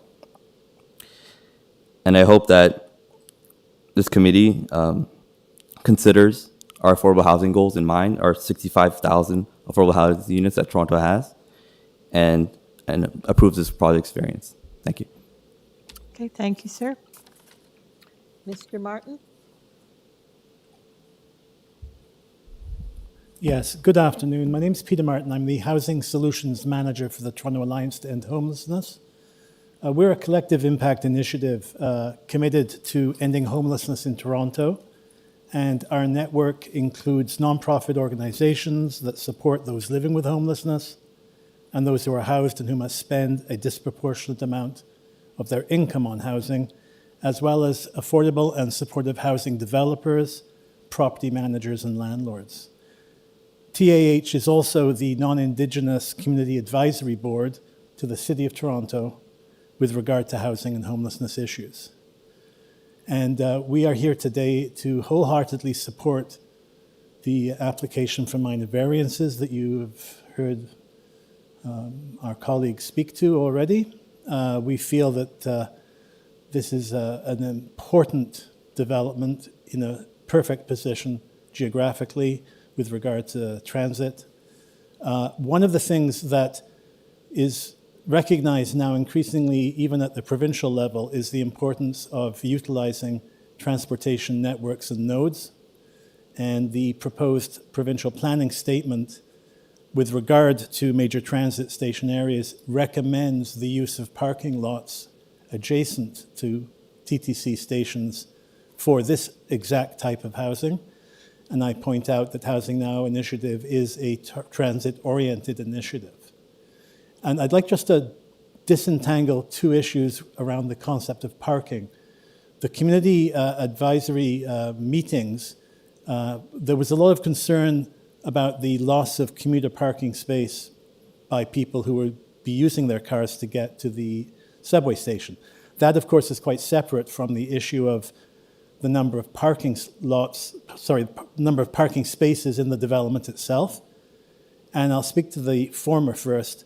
Today, in the next couple of days, City Council is going to be reviewing recommendations adopted by the Planning and Housing Committee to explore the creation of a 50-unit parking Circle P, Green P parking lot in the neighborhood, as well as consultations with Dentonia Golf Course to the north of the subway station to accommodate some of those concerns about commuter parking loss. On the other hand, we also have the issue of the reduction from a maximum under the zoning bylaws right now with regard to the parking spaces in the development.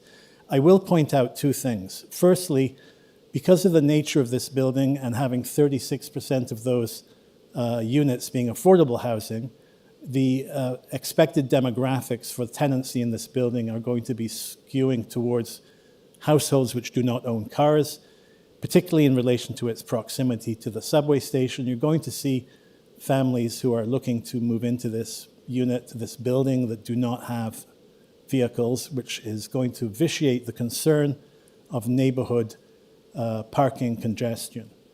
At the same time, the visitor parking proposed under this proposal is only 19 units less than the maximum. And that seems to me to be quite reasonable, especially in the context of the other work that the city is doing to increase potential public parking in the vicinity. So for all of these reasons, and I would also advise you to look at the LEA letter from June of this year, specifically addressing the parking issues within the building.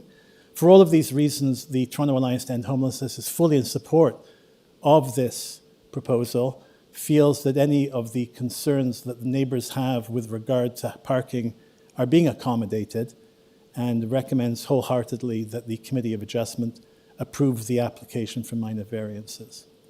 And if you have no further questions, that is my submission. Any questions? No? Okay, thank you very much. Thank you very much. I'm losing track here. There are more people sitting there than there are on my list. So I have 2, 4 people on my list, and there looks to be 6, maybe 7. I'm going to represent 3 of them. How's that? You're all invited to speak, but... Okay. Well, if I could begin, good afternoon, Madam Chair, members of the committee. My name is Renrick Ashby. I'm the Manager, Community Planning here in Scarborough. The only reason why I'm here, obviously, given the importance of this application, I like to attend just to ensure that, that we have it right. And also just to emphasize how closely community planning staff has worked with Creatio, has worked with the applicant, just to ensure the proposal is appropriate. And we have identified the Committee of Adjustment as the appropriate approval authority for this application.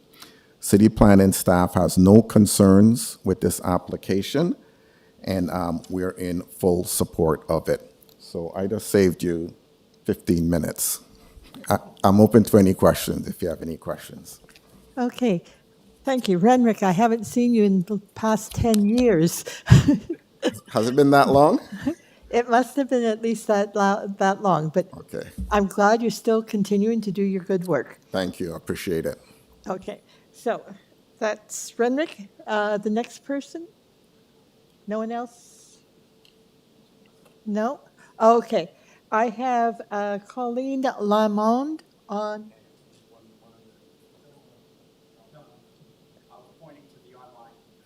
Oh, okay, okay. You have to join all these guys standing down or sitting down here. You're okay. All right. Is Colleen Lalonde online? Yes. Okay. Good afternoon, Colleen. Would you please go ahead, give us your name and address? Absolutely. Hi, I'm Colleen Lamond. I'm representing Good Shepherd Nonprofit Homes.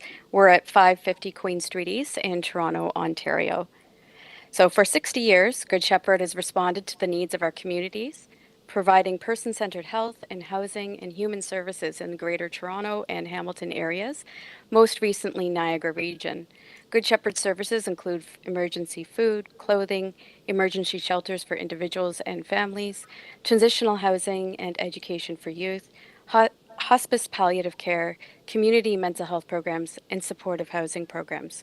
We are active members of the Toronto Alliance to End Homelessness, Toronto Mental Health and Addiction Supportive Housing Network, Focus Toronto Tables facilitated by the United Way, and of the City of Toronto Shelter and Housing Advisory Committee. As a result of this work, we are deeply aware and concerned with the City of Toronto's own data that demonstrates that there are an estimated 10,627 actively unhoused individuals for the month of June in the City of Toronto, and over 14,000 people waiting for access to supportive housing. We are aware also that the development of housing and transition from homelessness to permanent and supportive housing has begun to slow in recent months. Good Shepherd is committed to working with partners such as Mahogany Management to build healthy and resilient communities. We support the construction of this project of the affordable rental housing as proposed by Mahogany Management as part of the City of Toronto's Housing Now initiative. Good Shepherd is scheduled to be one of several nonprofits who will operate within the affordable rental units at 777 Victoria Park. Thus, we urge you to move forward in a timely manner in supporting any solutions for the development and construction of affordable housing, such as 777 Victoria Park. We rely on developments such as this to meet the needs of our community. This project is poised to house hundreds of citizens of the City of Toronto, providing critical affordable rental and supportive housing options and retail spaces within an area that is highly accessible by transit and within walking distance of amenities such as grocery stores and notably close to Victoria Park Station. All levels of government are prioritizing people over vehicles in major transit corridors. So too, the City of Toronto must prioritize human rights such as housing and the needs of our community and support projects such as 777 Victoria Park. Thank you. Okay, thank you very much. Yes, sir, your turn to come back.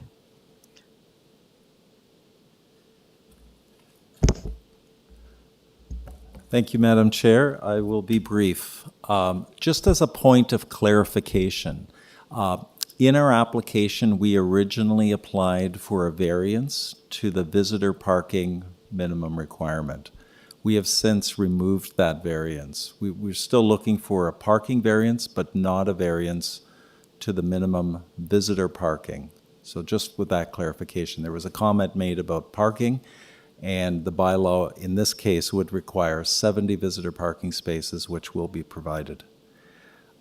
Finally, I just also want to, through you, Madam Chair, thank everyone who wrote in letters of support and who have come here today to speak in support of this application, and to also thank the work done by Creatio and City Toronto staff to allow us to come to this point today where we can get the variances that are needed so that we can get a shovel in the ground and house the people who are in need of affordable housing.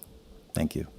Okay, before you go, I'm just looking at exception number 11, where it says the required parking spaces for visitors is 0.1 parking spaces per dwelling unit, and the proposal is the 0.08 parking spaces per dwelling unit. Are you proposing to delete that the request? Yes, the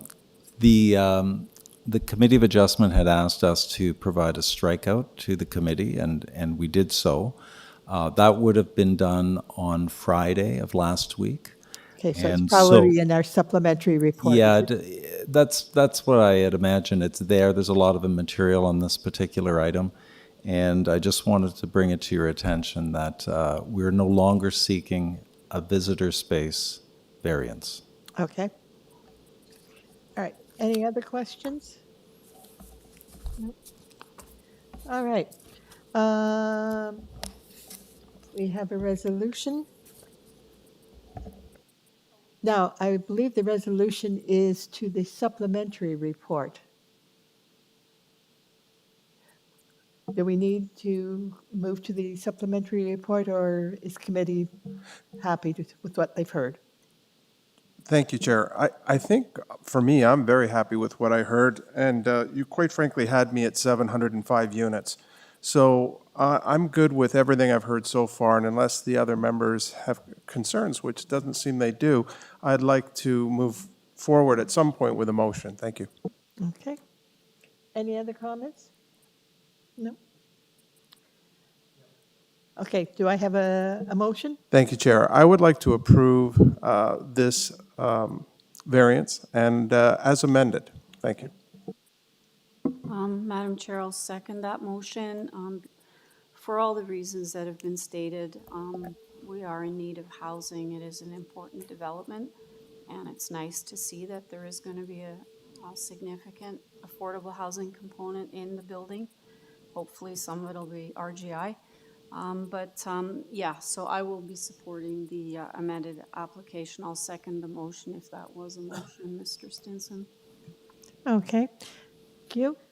I have a motion from Mr. Stinson, seconded by Ms. Oman, for approval as amended with respect to the visitor parking.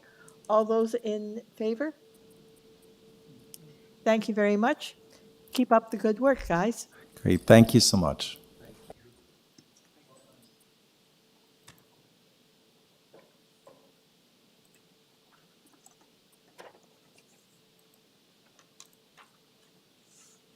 Okay, we're moving on to another housing development.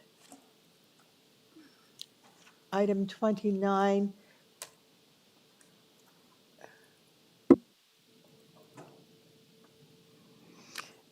Which I understand really is more a technicality because of the way the previous decision was written. Is the applicant in the audience or online? He's online? Afternoon. Okay. I'm the applicant. I'm online. All right. As I understand it, this is really more of a technicality because of some of the of how the decision was written. Is there anything further that you would like to say? No, Madam Chair, other than the fact that this was a variance that was already approved by committee in January. There was a clerical error with the address. So staff has it before committee, again, to just correct that issue. And that's essentially all I have to add. Okay, and I assume you want us to approve it? That would be Yes. great. Okay, do I have a motion? Mr. Through the chair, Yes, there is a- there is a speaker. There is another speaker who is registered.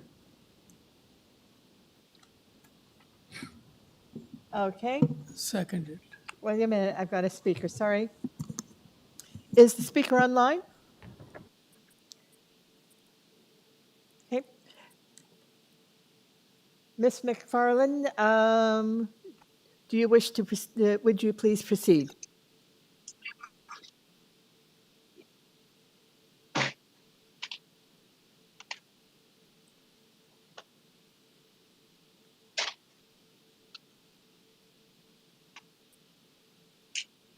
Ms. McFarland, while we're waiting for you, I probably should have explained a little bit further that this is an application dealing with parking spaces on an application. The application was before the committee last January, I believe, but the decision did not reflect the fact that the application included all the properties collectively known as Eglinton Square redevelopment. And so the applicant has identified that the decision was incorrect and is in front of us again just to correct that decision to make sure that it applies to all the properties from Eglinton Square, Victoria Park Avenue, and Englehart Crescent. So with that, Ms. McFarland, please proceed with your comments.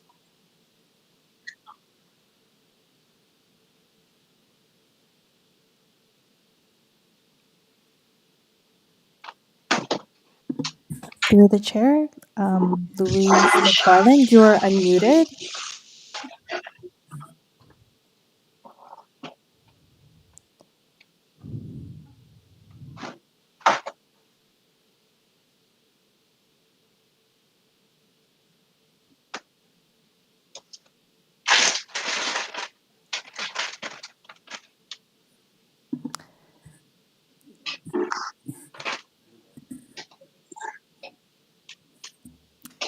Okay. We don't seem to be able to hear you. We'll have to proceed. Back to the applicant. Is there anything you wish to add?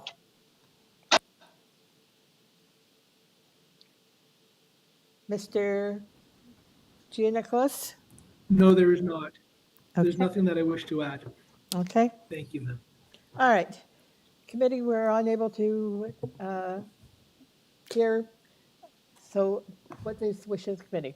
I'm happy to bring a motion, Chair. I think this is obviously a technical error. The legal description was wrong. I remember when this was here last time, and the variances are minor and supportable in my interpretation. So I move approval without condition. Thank you. I will second the motion. Okay, I have a motion to move approval by Mr. Reed, seconded by Mr. Hahn. Thank you for your help, guys. It's getting to the end of the day. I'm getting tired. So, move approval, seconded by Mr. Hahn. All those in favor? The application is approved. Thank you very much. Your application is approved, Mr. Gangos. Okay. The last application for today is item 30, number 47 Cliffside Drive.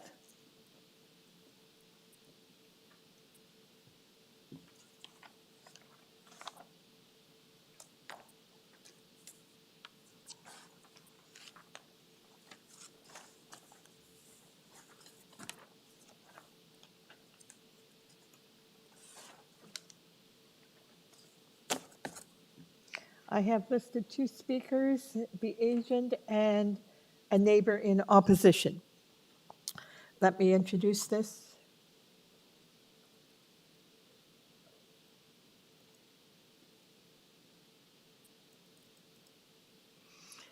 Okay, this is an application for 47 Cliffside Drive.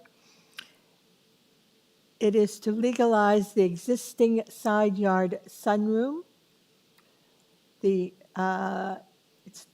application is to deal with a side yard setback of 0.02 meters, where the required is 0.9, and the eaves of a roof overhang that has encroached into the side lot line.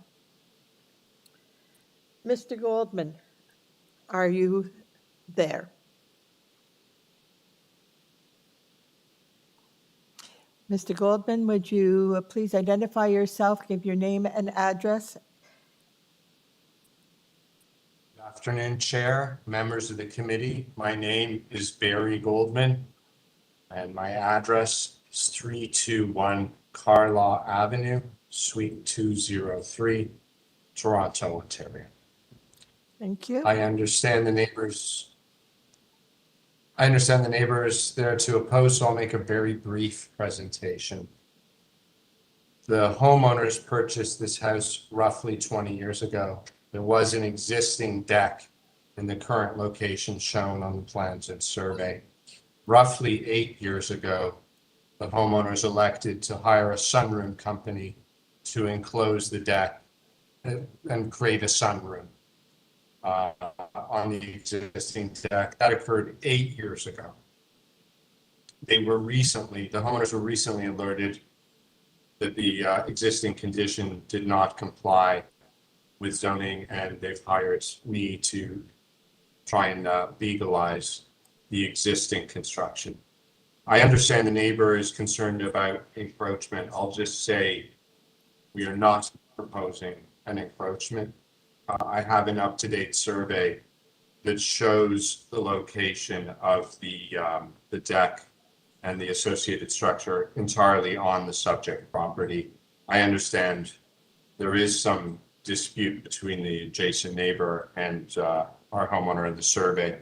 And I will say, should the committee choose to approve the variances for side yard setback and eaves, the homeowner will bring a surveyor back out to the property to pin the location of the property and make absolutely certain there is no encroachment onto the neighbor's property. Thank you. Thank you. Am I correct in hearing that this has existed for 8 years? The deck upon which the sunroom is constructed was there when the clients purchased the home 20 years ago. I'm not certain how long the deck was there, but I can say it was at least 20 years. And the sunroom enclosure, in other words, the three walls and the roof that were put on the deck were constructed 8 years ago. And you probably already know, but I should hasten to add, we have the support of pretty much the entire neighborhood on our support for this issue. Yes, I see we have a petition in support. Okay, thank you. Any questions for the applicant? Mr. Khan.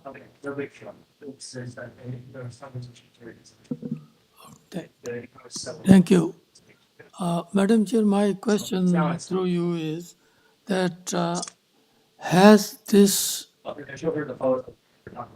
she said if they can keep it with these, we'll make a decision. Sound. Sir, we got a second conversation that we're hearing. You guys, Do you wish to? It's okay, it's okay. Somebody go. It's all good. I just figured out you guys are still on, but no big deal. I'll just let you know that the last thing down. Hello, are you speaking to Aaron Goldman? Sir.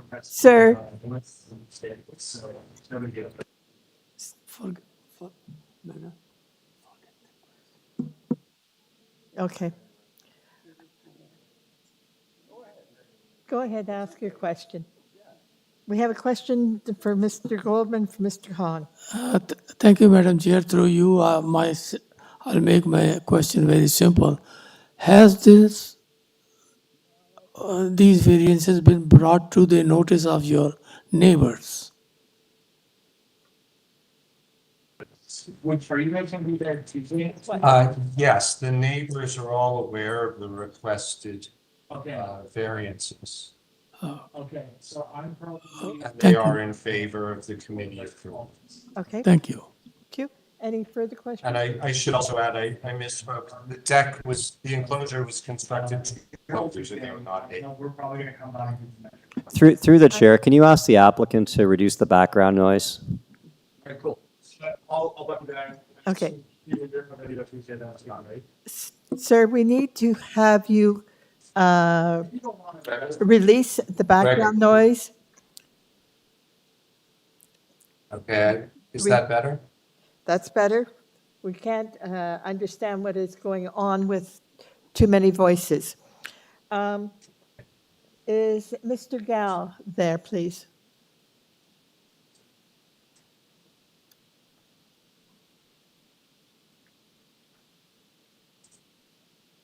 Is Mr. Gal? Is he online? Go ahead, sir.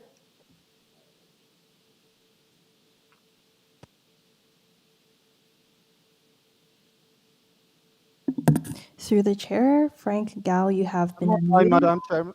Madam Chair, can you hear me? Yes, sir. Can you hear me, Madam?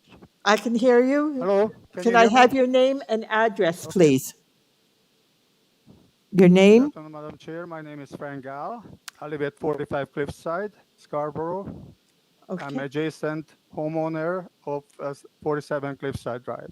Okay. Go ahead, sir, and tell us what you want to say.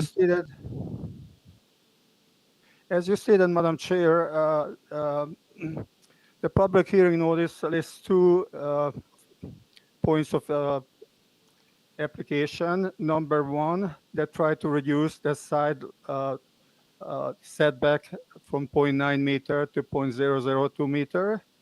And the number two deals with the roof and eaves issue. If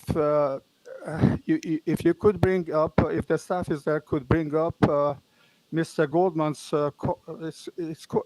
it was named the cover letter that he posted online to you, to the committee.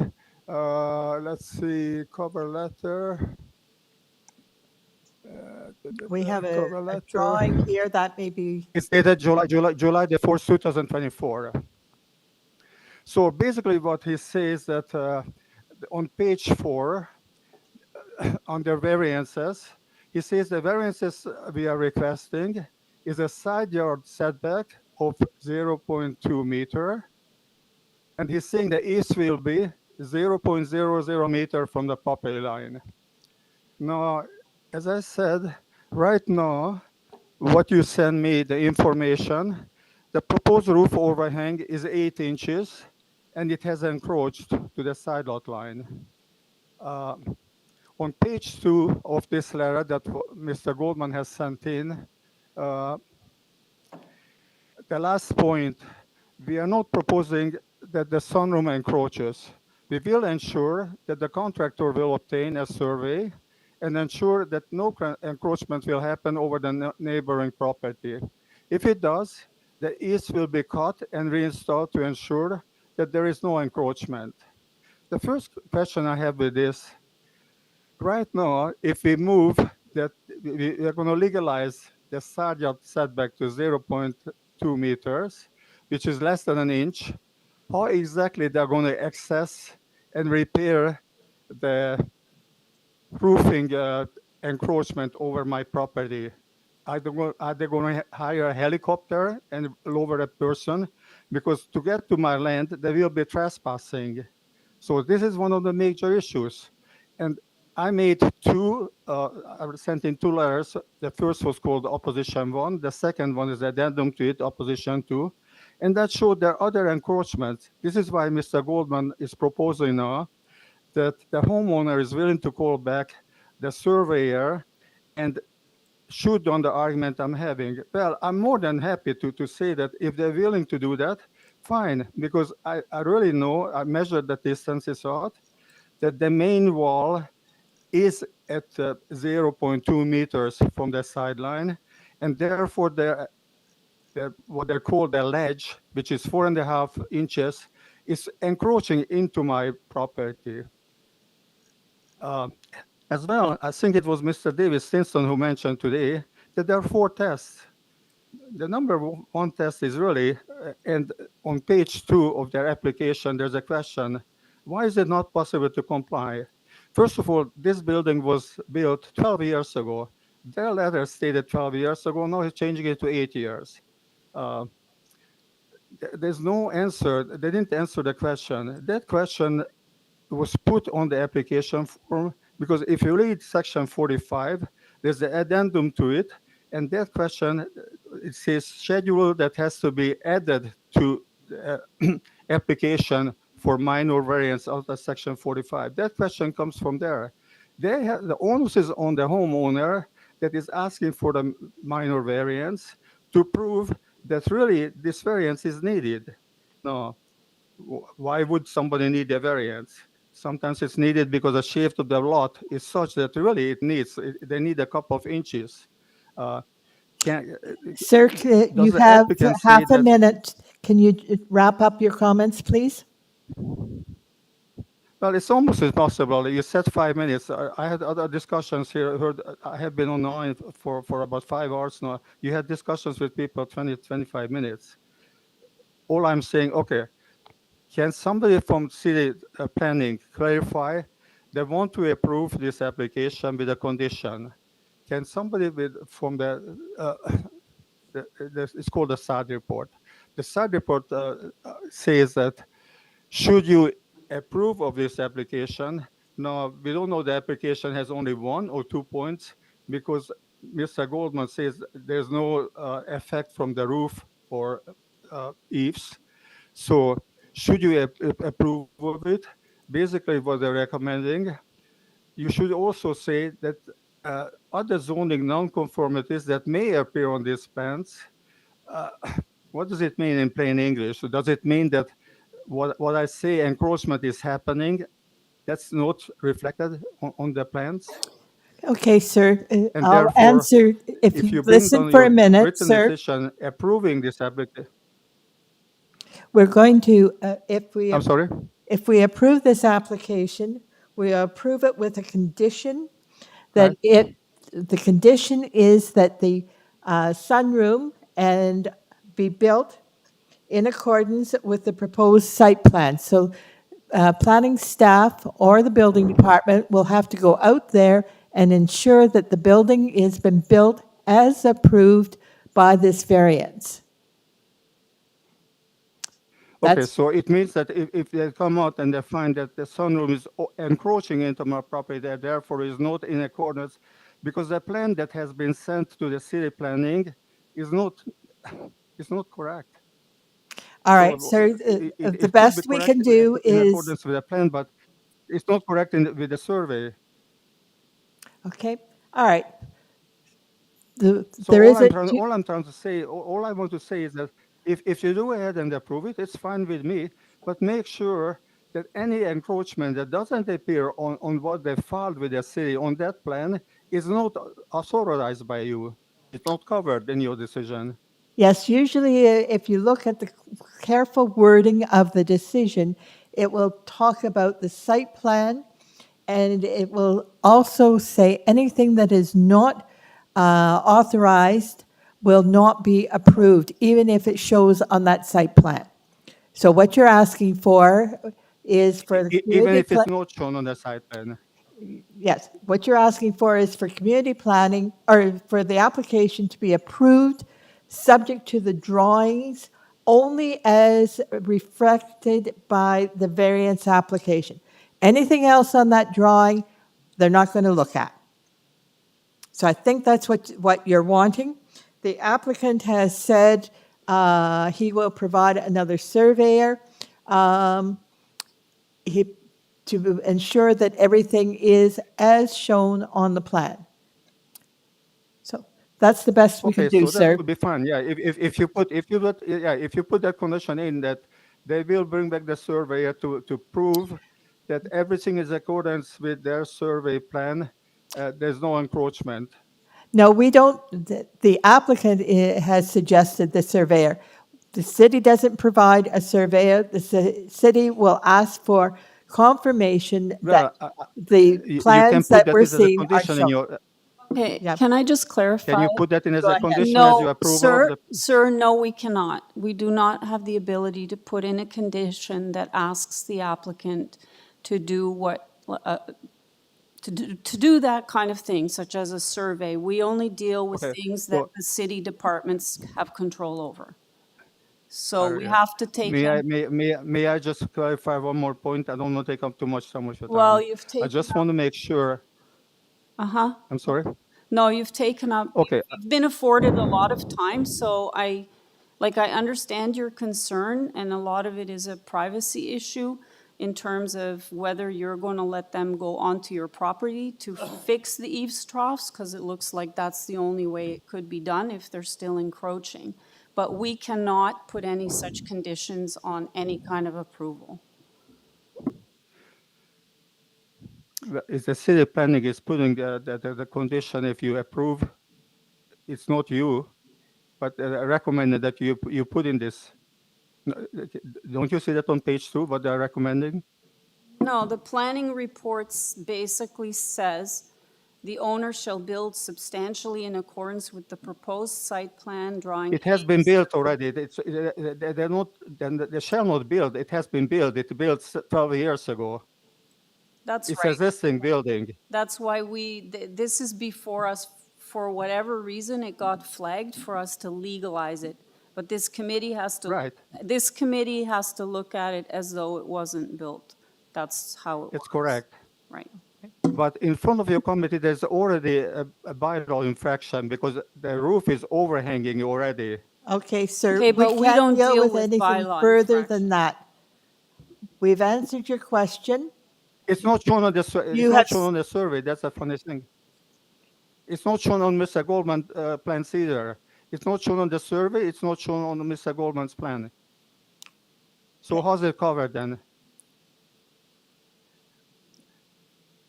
There's nothing further that we can do. We've got the proposed site plan prepared by Mr. Goldman. That is the variance that we're looking at. Anything else that appears on the plan or is in existence, we are not considering. We have no authority to consider it. We are only looking that should the committee approve the application, the decision. Okay, I agree. Okay, it's the 100% agreement. Okay, I agree now. Okay, I understand. You strictly look at that plan and you strictly go by that plan. Okay, thank you. Okay, thank you very much. Mr. Goldman, do you have any Thank you. further comments? No? Okay. Do I have? No, I don't think so. Okay. Do I have a decision? Look, Madam Chair, I would be inclined to approve the application. It's been here for, what, apparently 8 years. I'm not sure why it's before us now and not sooner. It's unfortunate that the two neighbors aren't, getting along. Hopefully, Mr. Goldman will, in fact, proceed with some of the things he said in terms of getting a survey and whatnot to appease the neighbor and fix things up. And before I continue, staff wants to say something. Through the chair, before any motions are submitted or tabled, TRC is recommending a condition. However, this condition, it's subject to applying for a permit. That condition will be, it's usually secured as part of a building permit application. So the committee may not need, what I would suggest is the committee may not need to impose a TRCA condition because it will already be covered by the building permit process. Okay, is there any harm in approving it just because it's here? It's a given anyway, right? Is that Correct. what you're saying? So Yeah, that's. Okay. So yes, Madam Chair, I would be inclined to approve the application with the community planning and the TRCA conditions. But because, as I said, this has been in existence for a long time. For some reason, it's getting flagged now, not 8 years ago. It's unfortunate. Hopefully, the two neighbors can work it out. Hopefully, Mr. Goldman can get an accurate survey to the neighbor. That's assuming what's before us is inaccurate. I don't know. So I would move approval of the application with Okay, those. so you're going to move, have a motion to move approval of the application, subject to community planning recommendation that the decision be tied to the proposed site plan as shown on Figure 1. Yep, and I think Mr. Stinson. Thank you, Chair. I second the motion. Okay, so Through the chair, I just want to confirm, is this subject to TRCA conditions or just community planning? I thought there's no harm putting it in just to be. Okay, So thank you. TRCA and planning. all right. And Chair, thank you. I still second the motion. Okay. Okay, all those in favor of the motion to approve? That motion is carried. Thank you very much, sir. That application has been approved.